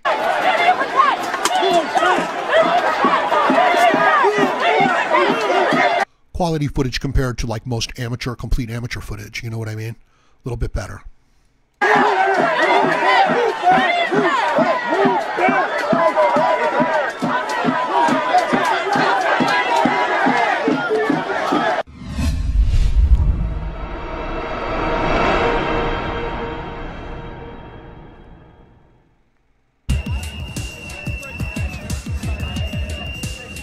This guy started off my last Antifa video. You got anything else you want to say? Waiting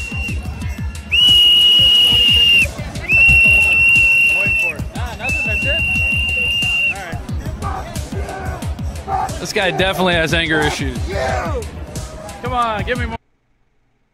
Yeah, well, too much of his testosterone is getting converted to estrogen. He's not getting his protein synthesis done right. More. Yeah.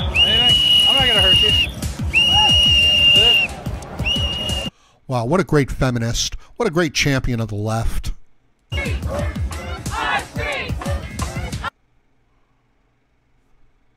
CSFL says, looks like a cell phone vid to me. No, I think it's a little bit better quality. Maybe it is, you know, but little better quality than complete amateur, you know, just someone in the crowd. Our streets! Our streets! Our streets! Hey, Cave Creature, he says, I love solid, irrefutable arguments such as whistle and F you. Well, you know, it's an emotional argument. You know what I mean? They're emotionally triggered. That's the thing. This is like a woman pitching a fit. This is like a child pitching a fit. This is the tactic. Recognize it. Recognize it in government. Recognize it in the media. Recognize it in the workplace. Recognize it in your personal life. Recognize it in the institutions, you know, of our society. Continuing on. And recognize that people want to give themselves over to an emotional cause. And chant and be part of the group and march, especially when they feel that they're morally superior. So they're playing into that emotion, and they're using, you know, the lack of understanding of a younger person to whip those emotions up, or a person that's not very mature. With, you know, okay, moving on. Our streets! Our streets! Our streets! Our streets! So the young LARPers are almost done. Yeah. Hey, RG Sanders. Hey, RG Sanders. Thanks for stopping by. Yeah, I was talking with RJ a couple days ago about the Eli situation and how he shamelessly attacks people emotionally, morally. And RJ stood up to it and made a really good video speaking out against it. So thanks for stopping by, RJ. Glad you're here. We're just watching some Antifa riot footage of them just pitching fits publicly, you know, with the idea of, is a civil war inevitable, with, you know, the lack of civility between the left and the right within the media and the Trump haters and, you know, the people who like the results that America is getting stronger. So we're just watching the video. Thanks for hanging out, RJ. Fuck this guy! Don't touch me. Don't touch me. Don't touch me, then, asshole! Fuck you! Fuck you, InfoWars! Sandy Hook is real! You fucking bastard! Fuck you! Fuck you! Fuck you! Go take your supplements and fucking die! So look at the hostility and vulgarity that comes from the left. Nobody from the right acts like that. You know, this is the emotional frenzy that they get whipped up into. This is the danger of it. This is the joy of it, you know, just letting loose and screaming like that. Imagine having that level of superiority and confidence. Understand that it appeals to the low IQ person as well because, you know, feels good. They don't have to think about it too much. Okay, continuing on. Fuck off! Fuck off! Anything else? Fuck off! Fuck off! Yeah, you can't reach it, can you? Can't reach the camera. They can't reach the camera. Look at that. The Warhammer defeats everything. That's the funny thing. They think they can defeat. Yeah. Their march was scheduled to end at 2. I can still go higher. I'll be right back. Got a whistler over here. Do you have a bucket too? You gonna beat your bucket? Yeah. Is that your Bill Clinton rape whistle? You blow that when Bill Clinton comes near because he's a rapist? They got the Bill Clinton rape whistles.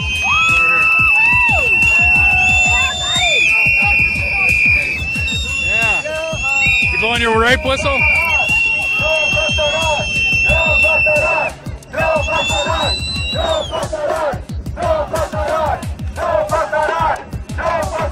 I'm trying to get your sign. Well, we got a live action role playing group here. They're from the communist, I think the communist version of this. How many of you guys are on trust funds? Don't work for a living. Don't work for a living?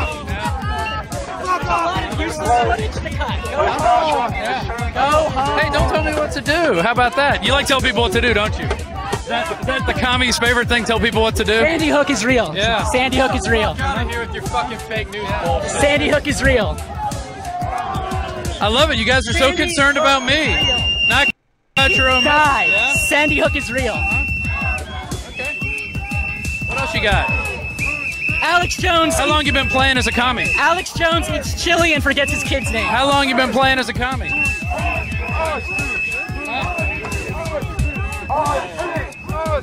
Are you gonna let them march now? Oh, here they come. The little commies. The commies are everywhere. For Pizzagate. I live for Pizzagate. Oh, you don't have to bump me. You gonna give me my face? Give me my face. Give me my face. Huh? Tough. You guys are all tough, aren't you? Hey, the live action role playing is that way. Go catch it. Yeah, go catch it. Oh, you're gonna wipe stuff on me? Oh no. Commie chocolate. Look at this. I'm being assaulted with chocolate from a communist. Right here. All right, your friends are going that way. Better catch up with them. Come on. We got a mixer in 5 minutes. There go the commies. Oh, look. One of them rubbed chocolate on me.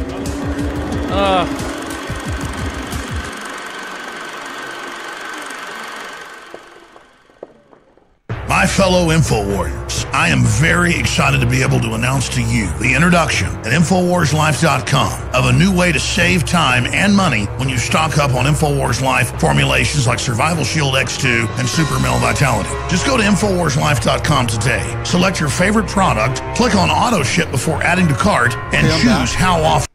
Sorry about that. I'm trying to skip past this little ad here.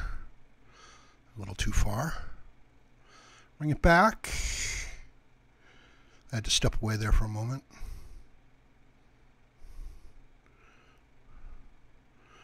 Uh-oh. I don't know. Maybe I went back. Communist version of this. How many of you guys are on trust funds? Don't work for a living. Don't work for a living?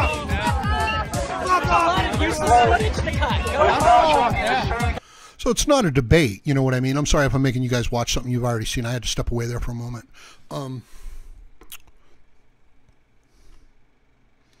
Amazing. Is that a black guy with the blue gloves? Oh, hey, don't. Yeah, I think it is. Okay. Yeah. And look at the other guy behind him. I'm sorry. And I don't mean to be racist about it. It's just, you know. Usually you just see a lot of, you know, white college kids, liberals, you know, at the Antifa, but it's you know, it's gaining power, it's gaining strength, right? I wonder if the irony that they're the ones acting like fascists, you know, has occurred to them when they call themselves Antifa. And yet I wonder also if the irony of the fact that they're not actually really, you know, as strong as fascists are, has occurred to them either. Probably not. Tell me what to do. How about that? You like tell people what to do, don't you? Is that the commies' favorite thing? Tell people what to do. Sandy Hook is real. Yeah. Sandy Hook is real. Get out of here with your fucking fake news bullshit. Sandy Hook is real. I love it. You guys are so concerned about me. Not about your own. Yeah? Sandy Hook is real. Yeah, I would actually agree with that, though. I'm sorry, guys. I don't want to upset anybody, but yeah, I don't believe in all of the like false flag things. Now, I believe that they don't tell us everything that they know. Right, like they still. Oh, super chat. Thank you, my friend. I appreciate it. All MGTOW all the time. Antifa is lame. Yeah. They're fascists. They're leftist, fascists, socialists, and they are presenting themselves as, you know, they're standing up against it. Right. Hey, look at what my moderators did. You know, they presented themselves as the true MGTOW, and when they finally got so many MGTOW channels shut down, they didn't produce any content. So this is the point I'm making, that when someone is attacking you on moral grounds, they don't have an argument. They don't have an alternative. They don't have a productive path forward. And so there's no substance to their argument. Well, these are some tricky concepts for me to wrap my head around, and I want to share them with you and understand them myself. So moving on. Well, no. Now someone says it's a hoax for sure. No, I don't see how. It's not even possible. I don't even think it's reasonable to entertain the thought, you know. Well, unless, wait a minute, okay. The event happens, okay? These events, they happened. But we don't necessarily know what motivates them, who did it, things like that. We don't know if the story that they're telling us is what really happened. But I don't think there's any doubt that these things happened. You know what I mean? Like, I'm not going to have that type of an argument with somebody simply because objective reality is objective reality. Now, I may not know what's motivating it, who's behind it, what the purpose was, yeah, that's possible. But objective reality is objective reality. And yeah, I won't ever relent on one of those points. And that comes to me from Aristotle, and that comes to me from Thomas Aquinas, whatever, and from Ayn Rand. And, you know, A is A. It is the law of identity. The thing is the thing. So we did go to the moon, okay? We really did. But I don't want to upset any of you. And it is possible, though, that it's not exactly what we think it is. But what does happen, in reality, does happen. That's how I see it, at least. You know, you're free to see it any way you wish as well. And here's another thing. I don't really know what happened in these individual incidents. I don't really know. I would have to see it for myself. But I trust that when, you know, the majority of people say, you know, this is what we're looking at, I kind of go along with the majority of people too.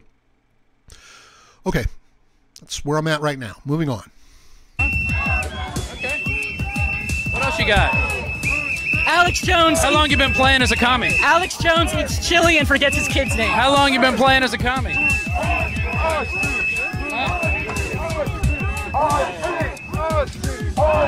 Are you on a little march now? Oh, here they come. The little commies. The commies are everywhere. For Pizzagate. I vote for Pizzagate. Oh, you don't have to bump me. You gonna give me my face? Give me my face. Give me my face. Huh? Tough. You guys are all tough, aren't you? Hey, the live action role playing is that way. Go catch it. Yeah, go catch it. Oh, you're gonna wipe stuff on me? Oh no. Commie chocolate. Look at this. I'm being assaulted with chocolate from a communist. Right here. See these.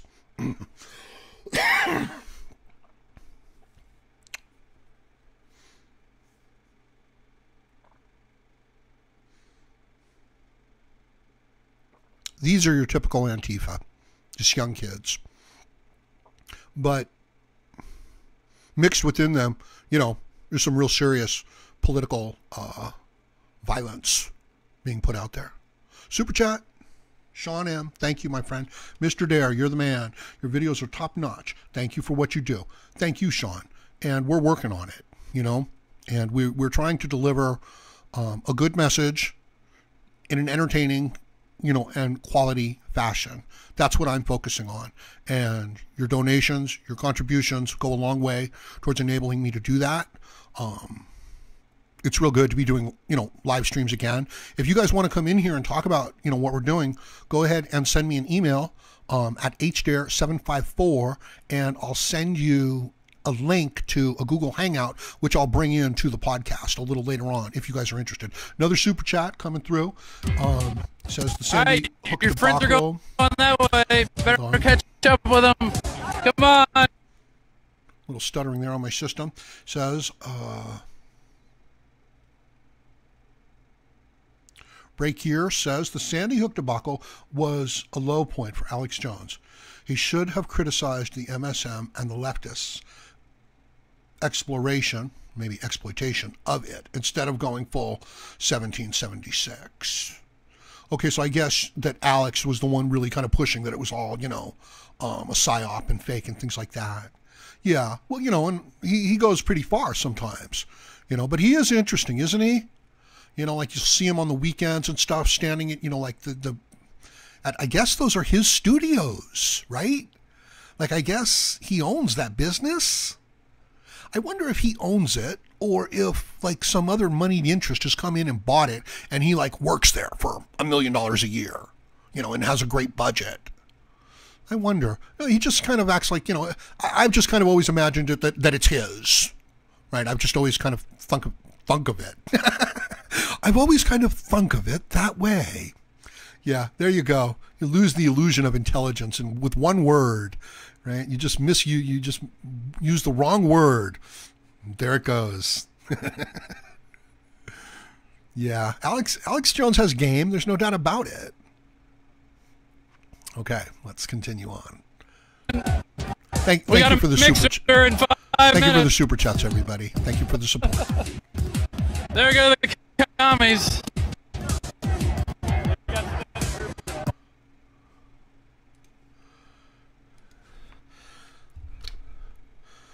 email is hdare754 at gmail.com. That's HDARE at gmail.com. 754. HDare754 at gmail.com. And let me write that out.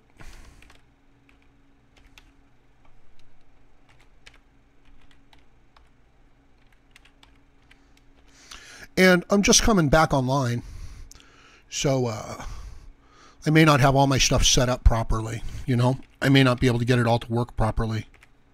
Son of a gun. I'm trying to type in, and it's just doing all kinds of weird things to me.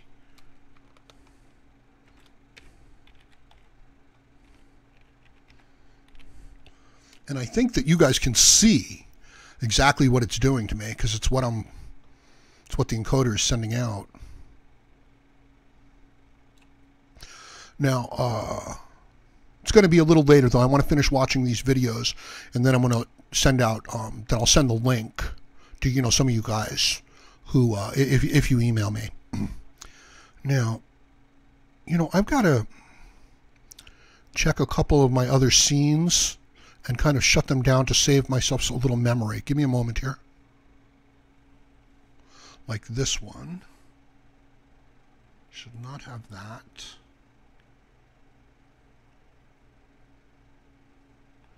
And doesn't need that. And doesn't need that. Okay. Oh, look, one of them rubbed chocolate on me. That seems to have helped. My fellow InfoWarriors, I am very excited to be able to announce to you the introduction at InfoWarsLife.com of a new way to save time and money when you stock up on info. The people are going to turn on them. They're going to protest. They're going to absolutely harass them until they decide that they're going to are not with their parents because we separated them. My bad. Just having a little confusion here.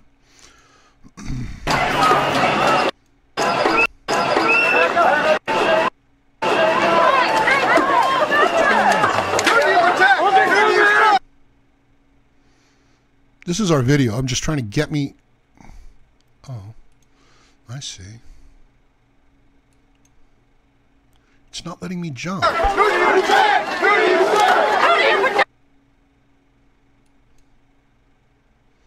That's peculiar.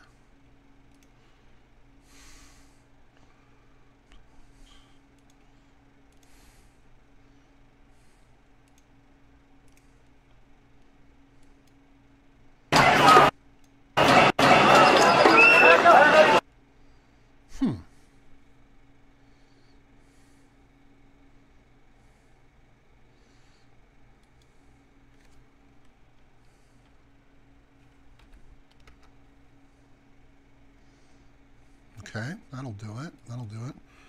Trying to get the position set, and it's just giving me a hard time. That's odd.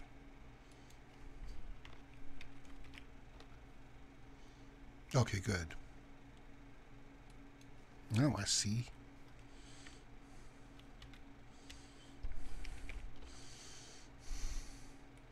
Okay, this should be about right. You're not right then. I'm not right. You're not right, no. Do I tell you something? You're a threat to your own thought. If you think they're okay, God help you. Work that out. How do you work that out? Hold on. Like, hold on. Oh, she's British. Ranting at me, yeah. right? I am. You can see what colour yes, I am. I can. So don't you dare try and put it on my toes. I grew oh, no, you come, let me explain. I grew up in this country in 1970, yeah? Do you know what I used to see when I come out my front door? What? The letters NF. Yeah, and that's what they are. No, they're not. Yes, they are. No, they're not. Yes, they are. No, they're not. Because when you break down what they're actually trying to say, it's actually common sense. When you look at it, you're the guys that are causing the problem here. All yous are dressed in black with your fucking balaclavas. Finally, someone's speaking out against Antifa. Yeah, this is compilation of a video that I picked up. Was it the Drunken Peasants? Yeah, I'm borrowing this clip. It's a compilation of, various other clips. But here's a guy speaking out against Antifa. Brilliant. And notice it's a rational, logical, position being put forth. Calling everyone a Nazi. The Nazis?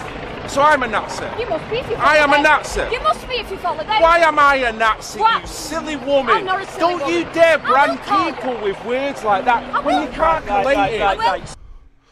Again, with the massive moral, ethical attack. You're a Nazi. You're a racist. You're like Hitler. This is, they don't have a legitimate argument. They don't have a legitimate position. They're just upset. They're angry that they're not in charge, that you're not doing what they say. And so they say you're a Nazi. And if you don't back down and, go along with it, they keep escalating the emotional frenzy and intensity of the situation. And it happens on an individual level when you're interacting with them. It happens in the media when you're arguing with them. It happens in these mass group demonstrations. These people have to be shut down. They have to be shamed into, fucking cooperating with the will of the majority of the people. They're rebelling against objective reality. Continuing on. Right, yeah. So you brand your hatred all you want, but you're the one branding the fucking hatred about. People there have got a legitimate reason to say what they're saying. People like you are curtailing the speech through political correctness. People cannot speak in this country anymore. It's inciting hatred. Stupid. No, I'm not stupid. How is it inciting hatred? What? Because Calling Muslims is not inciting no one's hatred. calling Muslims. And the pigs that hate. Nobody is calling Muslims. Yes, they are. I ain't calling Muslims. It's over there if you want to go and have a look at it. Let's fucking throw it over it. They're the ones throwing bottles at us, mate. We're here defending against this kind of... I have been with him. I am 100% on their side. I don't give a fuck. Yeah, you don't give a fuck, because that's the evidence, mate. What evidence? There's no evidence.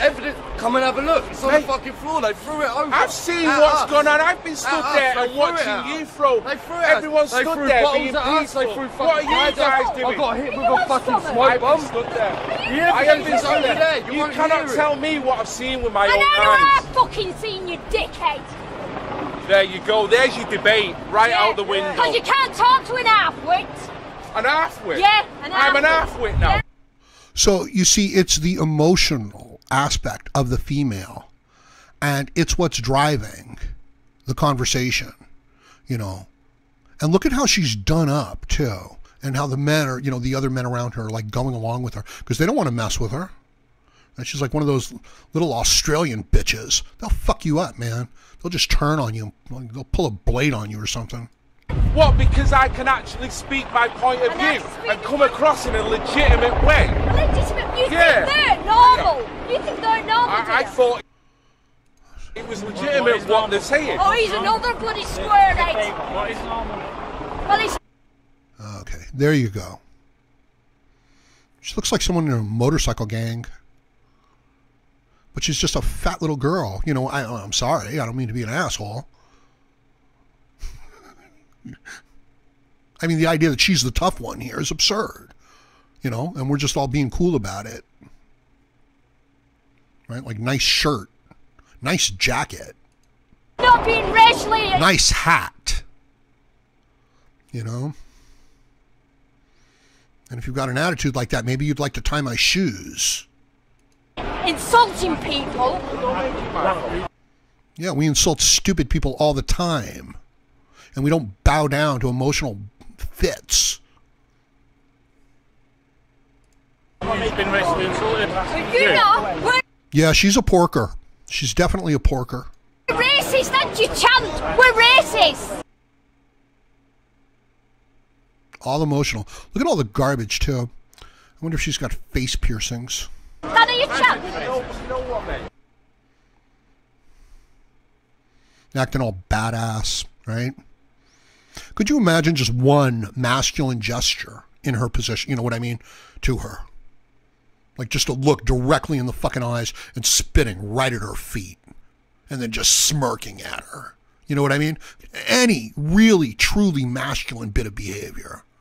Shit, you don't even have to spit. You can just look down your nose in a masculine way.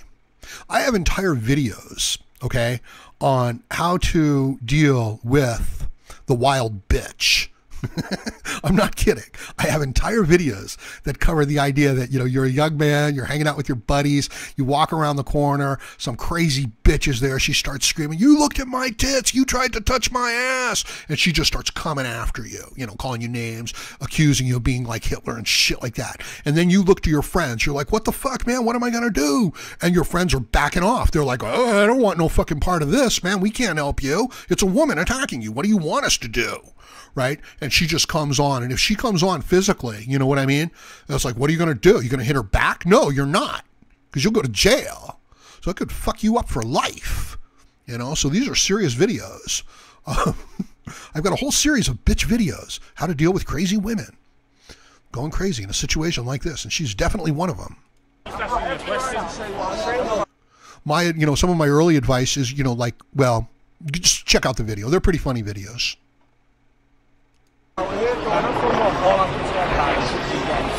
Can I just say one last thing, yeah? This is stupid. I wonder why the cop is talking to him. She's the one who's yelling and being unreasonable, and the cop is talking to him.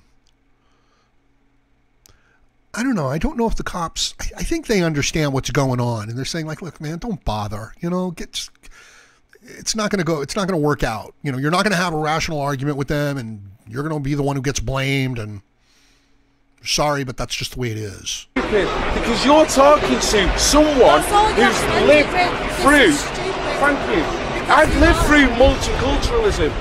I have got a black father who was brought up, lived in Sierra Leone. He come over here, infiltrated into the system, become a part of the system, yeah? What people are not recognising here now, the Muslims that are coming in, the bad apples, not all of them.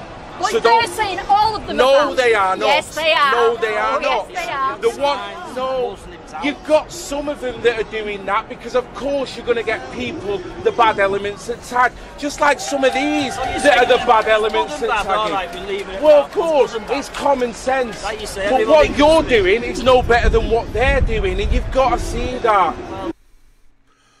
If he's trying to say that, that there's no difference between the right and the left, I wouldn't go along with him. I don't agree with that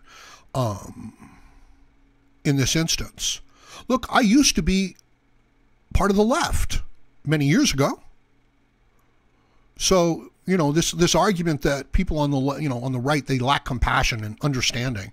It's like, no, I've actually come to the realization that these policies, they don't work. They really are not suitable, and they're destructive. They're indulgent.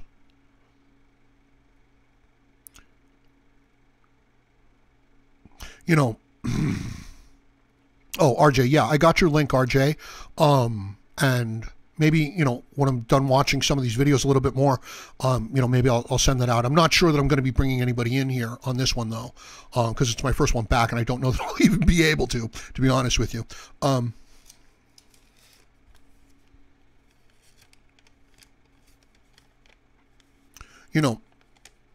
This situation, these debates, this argument, you can understand from like a young child, family, socialistic, female, herd mentality point of view. They want to be taken care of. They don't want to see suffering. They want there to be equality. These are not horrible, these are noble, somewhat noble ambitions, right? Yeah, of course they are. Of course they are. But they don't realize that, it doesn't work. Right, like if you've got a nation full of people, you can't take care of them. You can't give them health. You can't give them education. You can't give them purpose and meaning in life. You can give them the opportunity to earn those things for themselves. And those things are very difficult. They're not easy. And it's very childlike and immature, to not come to this realization.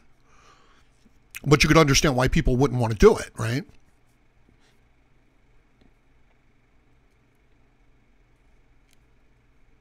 But then when you see people indulging in it for years and years, and you say to your, and it causes all this harm and all this damage, and you say to yourself, is this evil? They're just lazy. They're just stupid. They're just going with their emotions. It's not evil. And yet, the results are pretty messed up.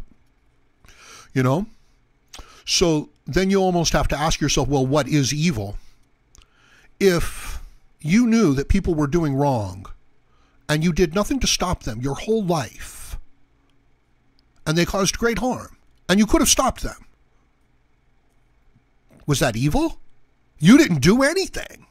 You know what I mean? And you didn't.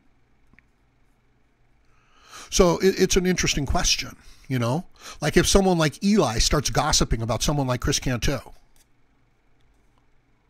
and just starts trashing character when they themselves have no credibility. They start pitching, their emotional fits, calling the motives of other people into question. Is it evil? Like we want to say, oh, it's just gossip. It's just stupidity. It's just ignorance. Are you sure? And what about that guy who does nothing? So other people come onto the channel and they say, really horrible stuff. Really destructive stuff. And he does nothing. And I'm not talking about anybody here. I'm just saying, a man who does nothing. He never stands up for what's good. He never stands against what is bad. Look, we stand for certain things here in MGTOW. We do. Some people, yeah, you're going your own way. Absolutely. But you're not hurting people. You're not damaging the future. You can't do that. That's not cool. So we stand against other things as well. All things are not MGTOW. If somebody does something really terrible, that's not MGTOW. It's like, but it's them going their own way. Well, it's got nothing to do with, these set of ideals that lead towards male freedom and male strength. Anyway, I don't mean to get too philosophical. Let's continue on. Dressed in black. Look at you, half of you don't even know what the fucking hell's going on geopolitically. Seriously, wake up. Mate. Go on. Thank you. Wake up. On, mate. Wake up. I don't even know him. Bye. Yeah, smart there. Walk away. Just walk away. RJ says that Eli is accusing him of slandering his reputation. Let me see that. Eli is accusing me of slandering him, Howard. Yeah. I'm sorry, RJ. Yeah, well, that's what they do. It's this, back and forth kind of bullshit that I was talking about, RJ. I sure don't like getting involved in it. You know what I mean? I like to talk about the issues and, bring out things that are kind of like valuable to other people. Hey, look at those shoes, right? Look at the leg there with the boots. Not bad. That person looks pretty healthy too. Looks like they got some keys there. Yeah. They don't look overweight. Nice shoes. Okay, continuing on.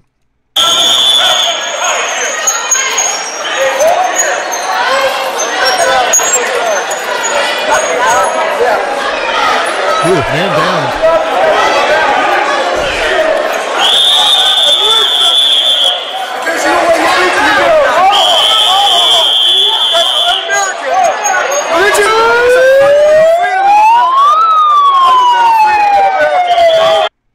Repent or perish. So that's one of their t-shirts there in Antifa. Yeah, do what they want or you're going to perish. Fascinating. Is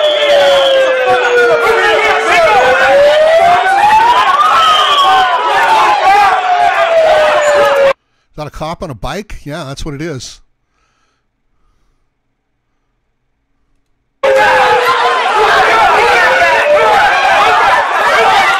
Whoa, they're attacking cops.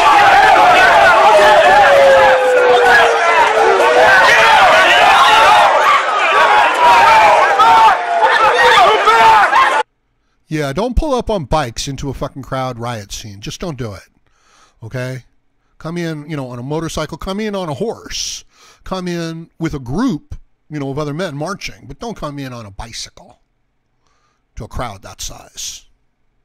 you know, like an authority figure.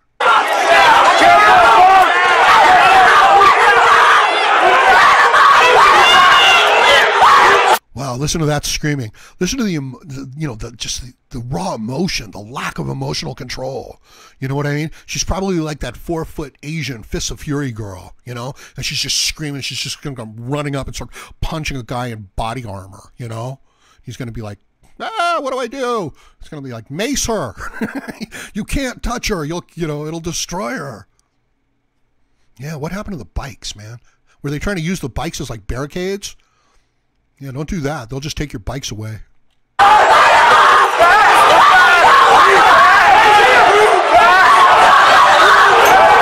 Wow, these cops are outnumbered, man. Fucking back to back and hold your ground.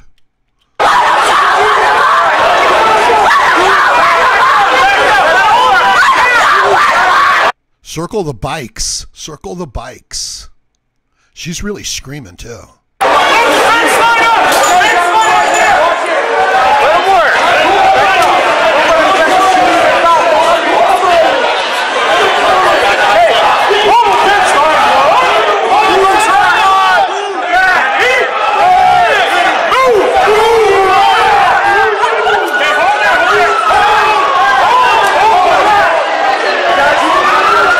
Man, I'd be using tear gas by this point. I'd also be using mass pepper spray, right? This is my new invention, okay? It's not just pepper spray, it's mass pepper spray. It's just like pepper spray the entire fucking crowd.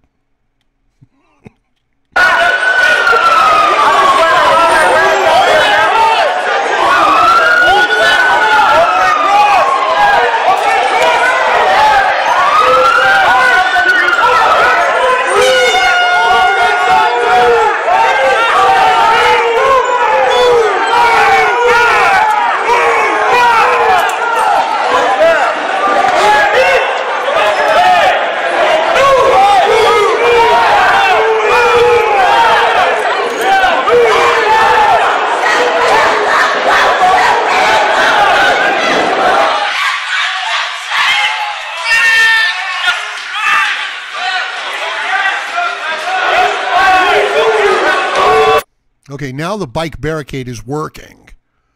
This is how you were supposed to set it up.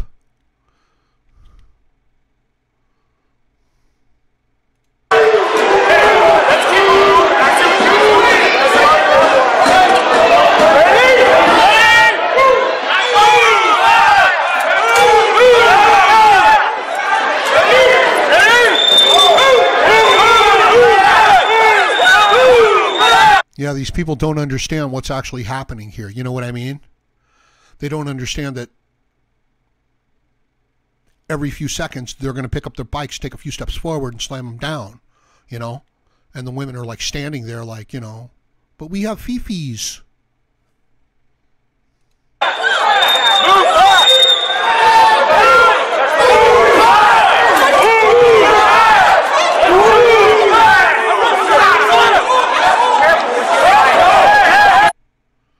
Amazing the way people act, you know, towards this level of authority, right? Like at, you know, any given moment, they're not just going to, you know, smack the person and take them down to the ground and put the cuffs on them and, you know, smack them a few more times and take them away.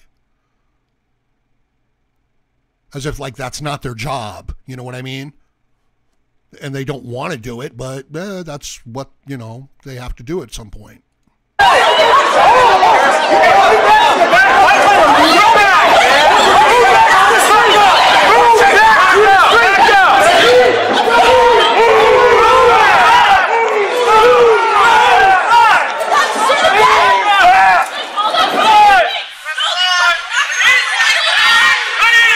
Yeah, Seattle, Washington, May 1st, 2017. CSC Media Group, U.S. I wonder if they got the footage and like, well, yeah, just acquired the rights to it, no doubt.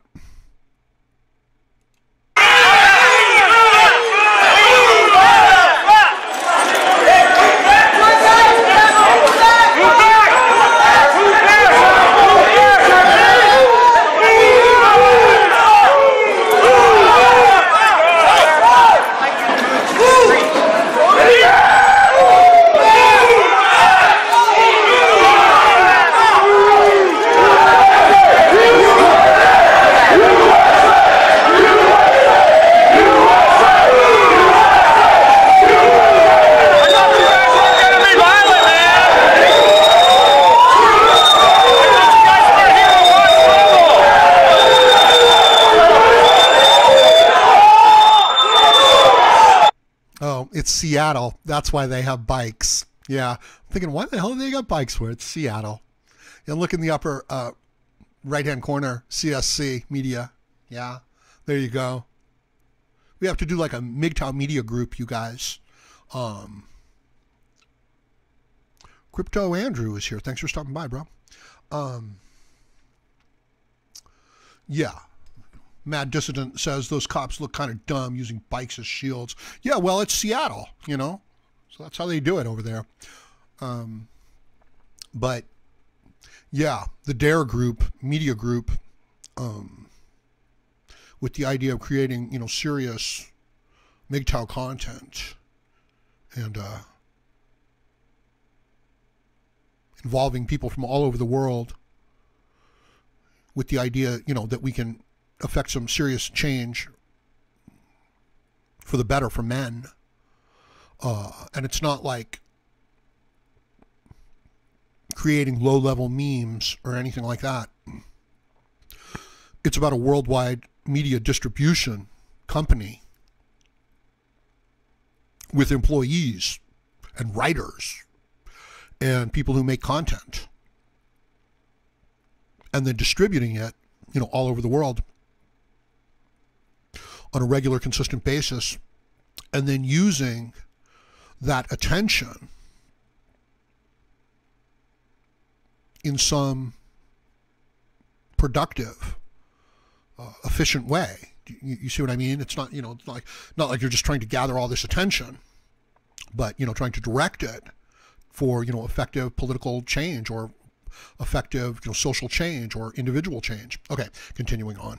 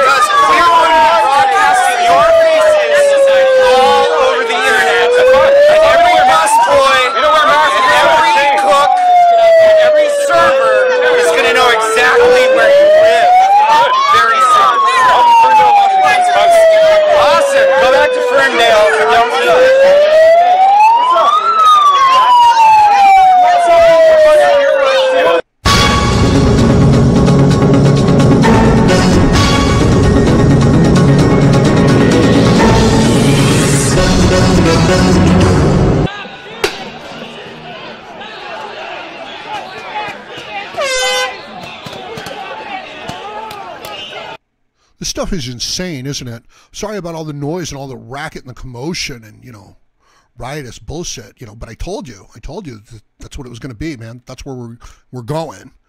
I'm glad I'm not there alone, man. Could you imagine being out there in that? What the hell?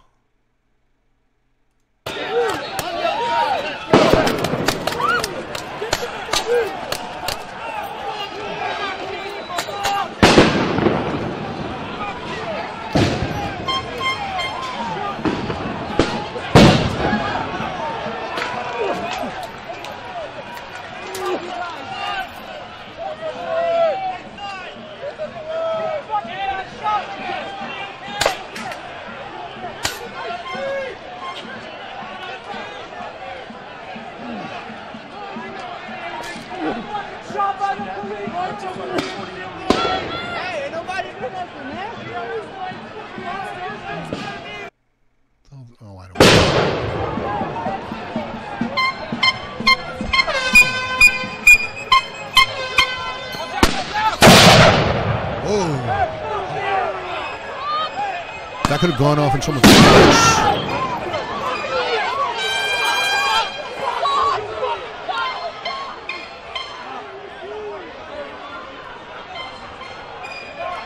Is that the cops firing on them? My God, look at that guy standing out there like a fool. Absolutely no body hair either. Oh, Jesus, he's a ginger. Super chat coming through. Gabriel, thank you, man. Says the left are being used by people like George Soros. They're certainly being used by like the media, and they're being manipulated through certain, you know, socialistic political propaganda. But they're enjoying it, you know. They're like willingly giving themselves over to this mindless behavior and emotional behavior.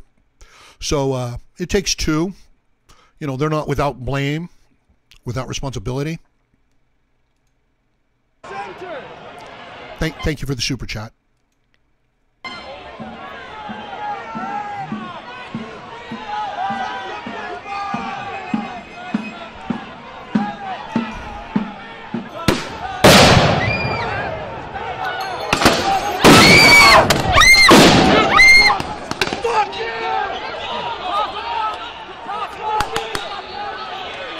I guess those are smoke bangs, right? Those are smoke bang grenades. Wow. Well, I don't mind seeing them going off on these Antifa people. I really don't. You know?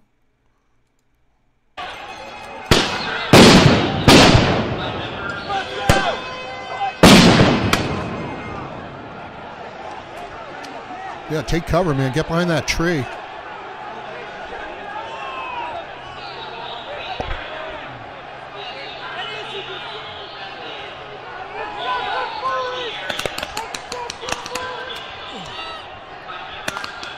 So this is another crowd control method, right? We saw the bikes as barriers. Now we're seeing, you know, the smoke bangs. But there's a lot of cops out there.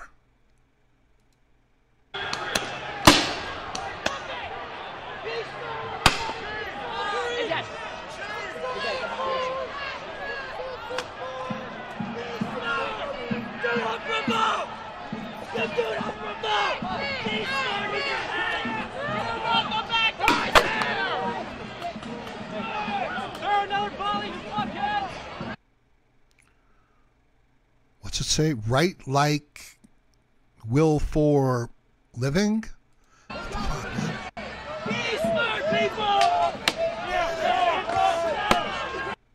It's like, yeah, I would not really be very good at Wheel of Fortune, right?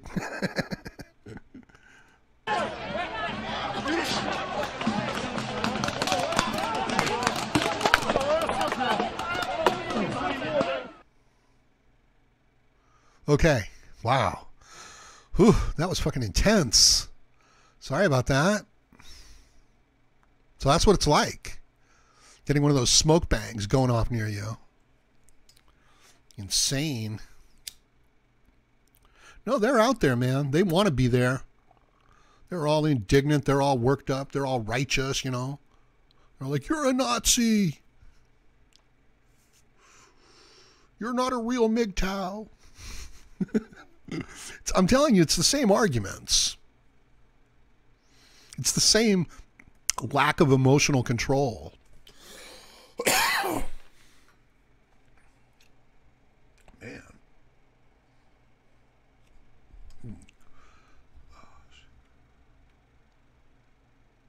Christopher says, this is the product of seeing 1,000 scenes on your screen and then going out in public. Maybe. Albert says, why are there no videos of the right doing anything like this? Then you remember that logic needs to be physical violence. Wait a minute. Then you remember that logic needs to physical violence. Leads. Maybe he says leads. No? Well, there's no, the right aren't crazy at this point. The right are actually, for the most part, rational and logical. Although, you know, let's not confuse the Republican establishment with the, you know, with what we're calling the right now. They're not the same thing. You know, the Republican establishment did not really back Trump. It doesn't really back Trump. It doesn't really back a lot of what's, you know, going on here. And the way that the left is portraying, you know, it is, you know, complete bullshit. It's what I'm talking about. It's the complete, you know, moral, ethical attack on someone's character because they don't have any sort of a logical argument. Logic needs no physical violence. Exactly. Just like, you know, the British guy who was speaking earlier, thoughtful, rational, intelligent, considerate, responsive to the points. And then, the little Porky girl with her face done up, screaming like a banshee, Ugh. No reasoning with it, no logic with it. Now, what I'm saying is that's not oh so different from someone like Eli. That's not oh so different from some of my ex-moderators. It's the same tactics. It's the same bullshit. So learn to recognize what's valuable as a man, what has substance. Do not confuse the substance of a thing with the appearance of a thing. For example, the girl is done up like a rooster, okay? Like she's in charge, like she's the colorful one. She has bright hair, she has bright lips, she has bright eyes, she has makeup, she has white skin, she has dark mascara eyes. She looks like an alpha. She looks like a silverback gorilla. She looks like a rooster, okay? But she's not. She's just the appearance of it. And then with their arguments based on these moral grounds, again, not even the substance of an argument. Albert says, the reason Trump won was not because many Republicans voted for him, but the fact that Hillary was such a failure as a candidate, that seems to be something the left forgets. So true, so true. Daniel asks, hey Howard, how you doing? Doing pretty good, thank you. Just back here to live streaming. I appreciate everybody coming out and hanging out, sharing the videos, supporting the content, supporting the MGTOW cause. That's what we're trying to do. We're trying to further the MGTOW message, the MGTOW cause. Do me a favor, go check out Darius MGTOW Knowledge's Facebook page. Check out his viral video that's going to surpass 1 million views probably tonight. Because it's actually, getting the message out there. Check out his channel, too. Go over there and subscribe to his channel. He puts out some really good podcasts talking about female nature, and how men need to hold themselves and regard themselves in this day and age so that they're not walked all over and turned into simps. You really are. So the women are going around dressed up like, they're roosters, and they're not. And when the young men see it, it's a blow to their testosterone. It hurts them. It really does. So, these are points worth, remembering and pointing out and being aware of so that you don't get sucked in, to these types of traps. Let me see. Okay. I'll tell you what. I will see. Hold up. As I said, I've just gotten back to, live streaming. So not all of my stuff is working as well as I had hoped. It's just a little tricky. Okay. 943K. So when I started the podcast, it was at 916K. And it is now at 943K. So, yeah, it's coming up on 1 million real soon. That's awesome. Going to try to get more MGTOW content out there like that. Okay. Now, I'm going to try to send the link, the invitation to the Google Hangout. Oh, sorry. Hold up. See,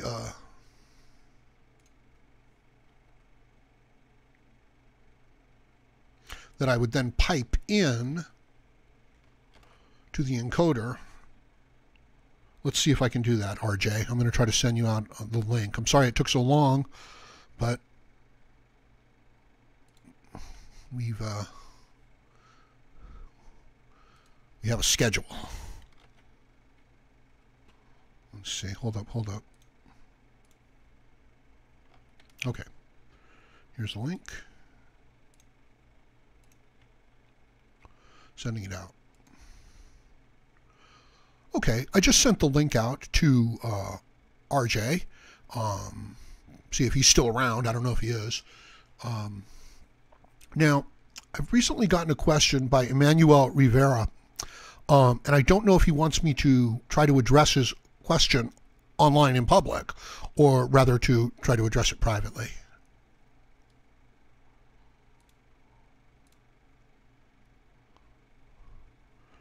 Now, what I need to do is bring Google Hangout into here. Where is it? Well, there it is. But it's not showing up.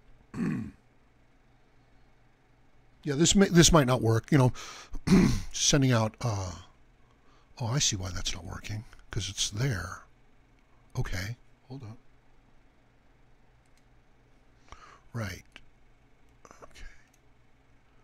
Turn that off. Okay. So it's a little tricky with the sound, basically, and I haven't done it in a while. But the idea is that, you know, we're doing the podcast here through an encoder, sending, you know, all my data, all my video images and stuff up to YouTube. And you're seeing that. But now I open up just a regular Google Hangout in the background. I invite people in. And then I say to the encoder, pick this thing up, you know, and send it out as well.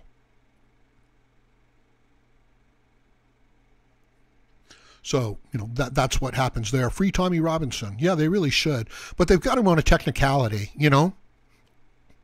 It's like what they did to Al Capone. You know, they couldn't get him on what they wanted, so they got him on something else, and then they unloaded on him. But, of course, Tommy Robinson is not like Al Capone.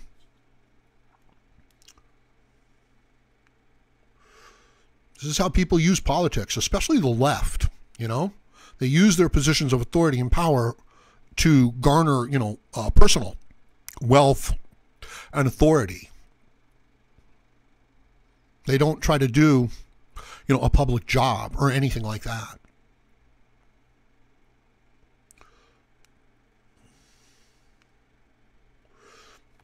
So if you guys want to try to get in here, go ahead and email me, hdare754@gmail.com, and I'll send you the link, you know, provided that I kind of know you a little bit. And I don't even mind if people want to come in here and try to fight with me, you know, and tell me that they're the only real MGTOW in the world, stuff like that. I find that stuff kind of hysterical. Cave Creature says, at least Al Capone had a nice cell. Yeah, you know, I would hope so. Well, you know, still a cell. A cell is still a cell.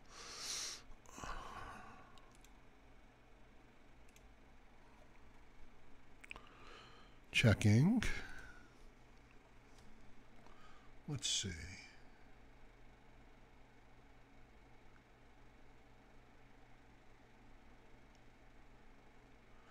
AZ Death Rider says, later, Howard. Thanks again, brother. Thanks for stopping by. Thanks for hanging out, AZ.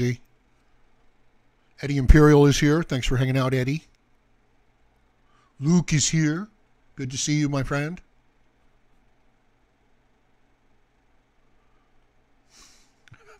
Chris Peters says, after this event, they probably all dressed up as furries at some convention. Yeah, exactly. It's funny, though. But, you know, that's funny, but what they're doing and how it's working out, it's not so funny.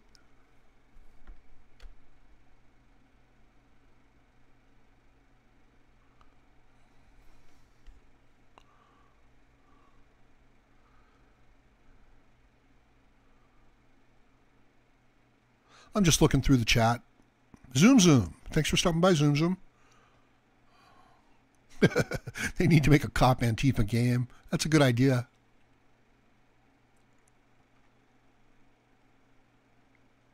Mad Dissident says, I don't back Trump. He's just an establishment curveball. Yeah, no doubt. You know, no doubt. But you got to go with what you have. You know what I mean? It's like you make the best of the situation. So it's like we're not choosing between a perfect situation and Trump. You know, you're choosing between Clinton and Trump. So you just weren't on the ticket. You know what I mean?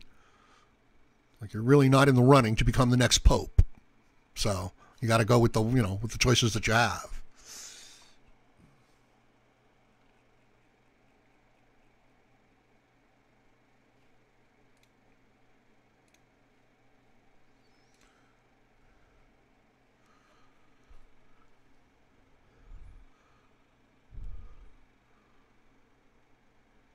Okay, no problem. It doesn't look like anybody wants to, risk coming in here. And I think RJ probably had to go take care of some other stuff at this time.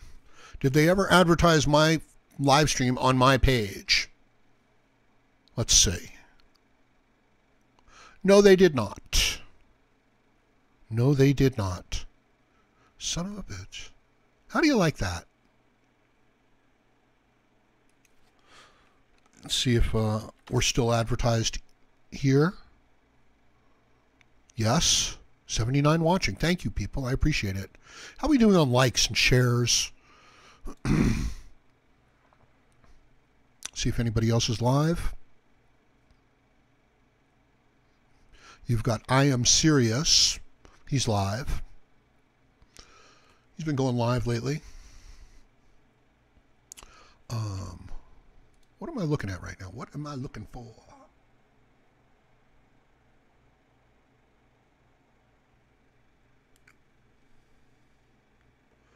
Okay, so let's wrap it up. We had the Welcome Back Howard Dare section where I talked about, kind of what happened, where I wasn't able to live stream, and, other really great MGTOW channels and content creators like Chris Cantu and Miggy 101 were attacked by what I consider to be these kind of tactics, methods, arguments, emotional attacks on people's motives from people, and these were other MGTOW who did this, guys who were just coming into MGTOW, using these tactics that the left is using right now.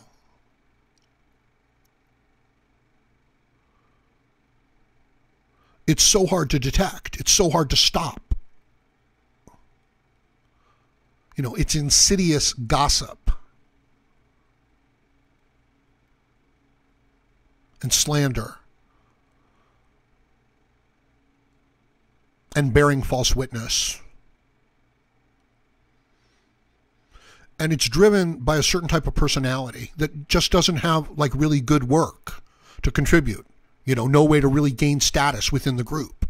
So they rip down others within the group as if that will lift them up. Recognize that it happens on this personal level. And then recognize that it happens on this group, social, political level, and within the media, like a social dynamic.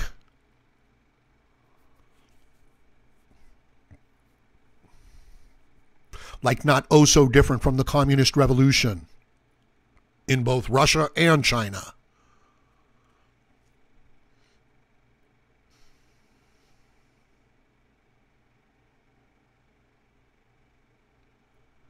Once you recognize what it is, maybe you can be better prepared to guard yourself against it.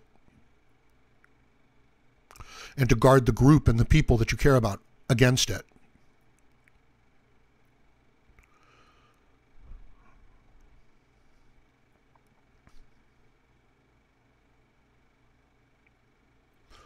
Also, we covered the idea that, I, of course, do bear some responsibility here and are making some changes in the way this is all working. Not taking things too personally on one level and, being more responsible and professional on another level towards the cause of MGTOW, towards the cause of putting out a message that helps men, that red pills the men, that says no to the bullshit and the abuse that's being heaped upon men and productive working people.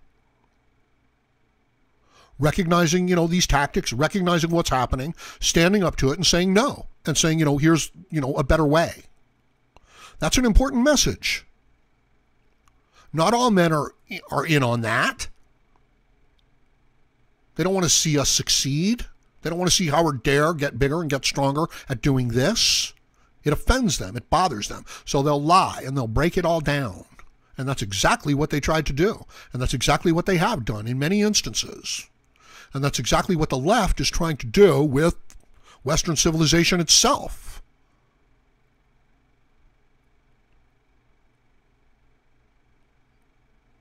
So I hope you understand that. I hope you see it a little more clearly.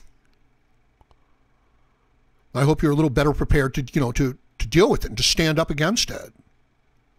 You know, another way to stand up against it, let me just say, is to have strong individual goals and plans within your own life, like reaching, 10 million men, like reaching 100 million, viewers with a MGTOW message, something that, you care about, that gets you motivated, so that when some crazy woman is looking at you and arguing with you, you can just be like, you know what, I'm just going to walk away. I'm not even going to bother because I have other more important things to do that are going to help this situation a lot more than arguing with, with this porker. So, that's kind of what we're trying to do here, right? We're trying to make you strong so that you can have a better life and so that you can affect positive change in the world so that the rest of us can have a better life. This makes pretty good sense, doesn't it? I think it does. Now, some guys are like, oh, he's like Hitler. Oh, he's just doing it for the money. This is the tactic. This is the character assassination. This is the attack on the motives. Regardless of, the person's consistent behavior. Don't argue with stupid. It says DF2. Yeah, exactly. That's what I'm saying. But it's a difficult situation. Like if they're trying to sink the ship that you're on, And I think that's what we're facing. So as I said, I should have been able to, send the link out to the Hangout, pipe the Hangout into the encoder, and then upload all of that through the stream. Now understand that in this situation, the person in the Hangout is not seeing the video that I'm putting up out here. You know what I mean? They're not seeing the videos. They're not... See, that's another one of the tricks that I'm trying to work through. They're not seeing the graphics that I put up here, although they could. The infinity. Off to infinity.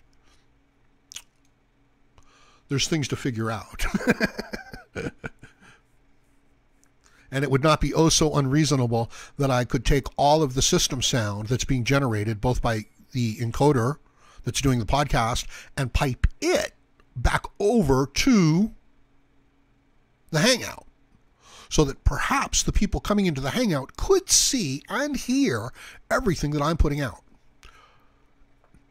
These are the technical challenges that we face here at the Howard Dare channel. This is why we need your support. There's other equipment that I need to get. Like I want to take phone calls. And it has to be decent audio. And I would like to have some decent sound effects. And I know that I need, separate equipment to do that. I'm already overwhelmed trying to find video clips and things like that. Oh, you know what I never found for you guys? Puppies. After all that violent content.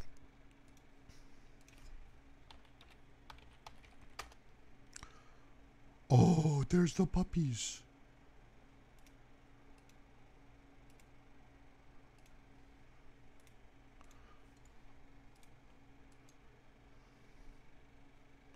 Hold up. I got something for you.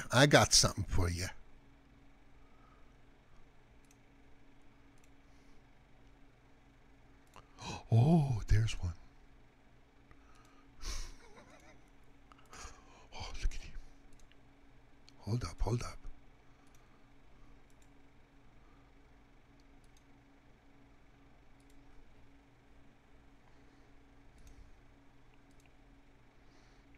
There it is. Okay, 1 second. This will be worth it. Just hold up.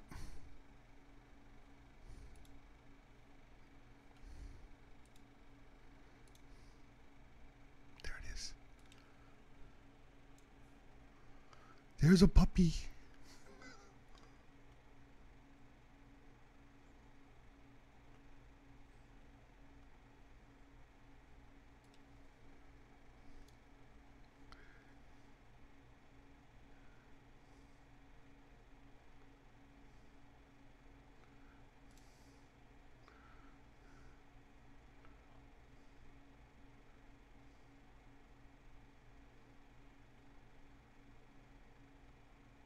There's more. Where's the puppies?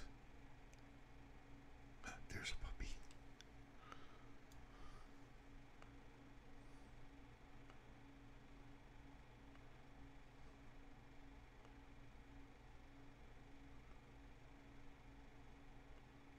There he is. There he's another puppy. Okay. We're good. We're good. There you go. See, this will help because of all that violent content of all the riots and shit like that. How poisonous and toxic that is. Look at this guy down here on the grass. He's looking really happy. And look at the whole group here. Man, they've all got a big piece of that stick. Somehow I think the one in the middle, though, is going to wind up, you know. He's looking right at the camera. Actually, they're all looking at the camera. Look at these. All three of them are looking at the camera. Yeah, it's going to be a hell of a fight. Look at this one here laying down on the couch, on the cushion. He's got blue eyes. He's very handsome. He's got blue eyes. That's rare for a puppy. And look at this guy. It's like a little beagle. He's running. He's in mid stride, you know. Yes, there was a time when all men were like this, you know, when they had this kind of happiness and joy. You can still get back in touch with it, you know what I mean? And you don't have to be an idiot about it. I think it's good for a person. I like puppies. I don't have any, though, because I don't want to clean up after them. And I don't, you know, want to deal with a big dog, things like that. But I like dogs. Dogs are pretty cool. Puppies are totally cool. No problems. Okay, so don't feel bad about all the riots and shit like that. We're working, you know, on a good cause towards making men strong. It's not towards hating women.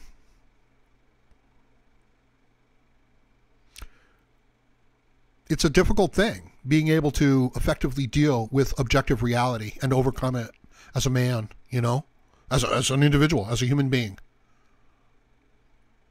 Oh, let me show you something before I, yeah, let me just show you this picture that I want to use. Well, yeah, okay, I'll show it because I said I would, or maybe I won't.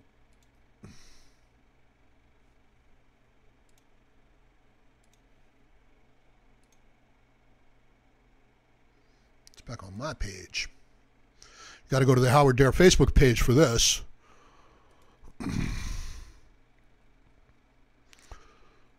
There it is. I want the image. I didn't make this, but I think I'm going to use it.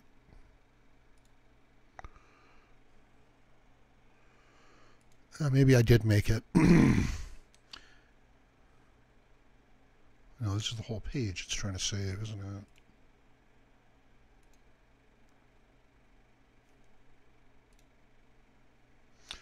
Well, I suppose we'll do it this way then.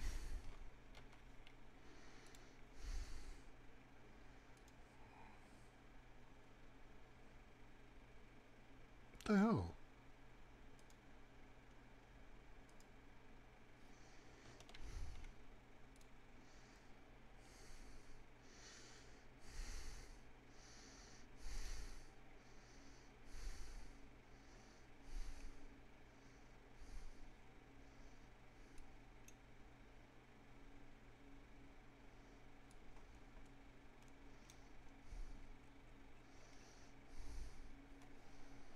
It's not going to let me do it.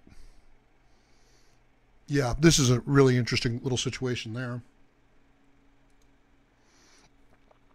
That if I try to come into a page through the encoder, it doesn't recognize who I am. It thinks I'm a completely separate user logging in. You know, no doubt it would accept my, you know, credentials and things like that, but the user generated by the encoder is seen as a unique, initially it's seen as unique. It's not accessing, you know, my regular account, which might explain why I'm having such a hard time with my scripts. I'm supposed to have scripts that, like, when you guys donate through Super Chat, and I appreciate all the support you guys have shown me, you know, we get little colorful displays up here on the screen. So, yeah, some things to fix, right? Okay, so leave me some feedback, you know, do some likes. I don't know that I'm going to leave this video up. It was pretty raw, pretty uncensored, so I'm probably not going to leave it up. Also, one of the things that I'm going to do is put the links to the Hangouts over there on my Patreon page so that, like, you know, people over on Patreon, you know, they can come in here easier. Right? Yeah. Or at least do like one podcast, you know, a month or every couple of weeks for, you know, with them in mind too. So that's an option. You can check me out over on Patreon. But I'll invite anybody in, so don't worry about it. Okay, I'm going to leave it at that for now. I think we covered a lot, and yet I don't think I'm going to be able to leave it up. But let me know, at least for the next few hours, what you thought about this. Maybe over on Facebook too. And like, share, comment, subscribe, donate. You can support me through PayPal. It's a great way to support Howard Dare and the MGTOW cause. I would really appreciate it. And join me again, Howard Dare, as I plan to have more content for you, more live streams. Thank you, everyone.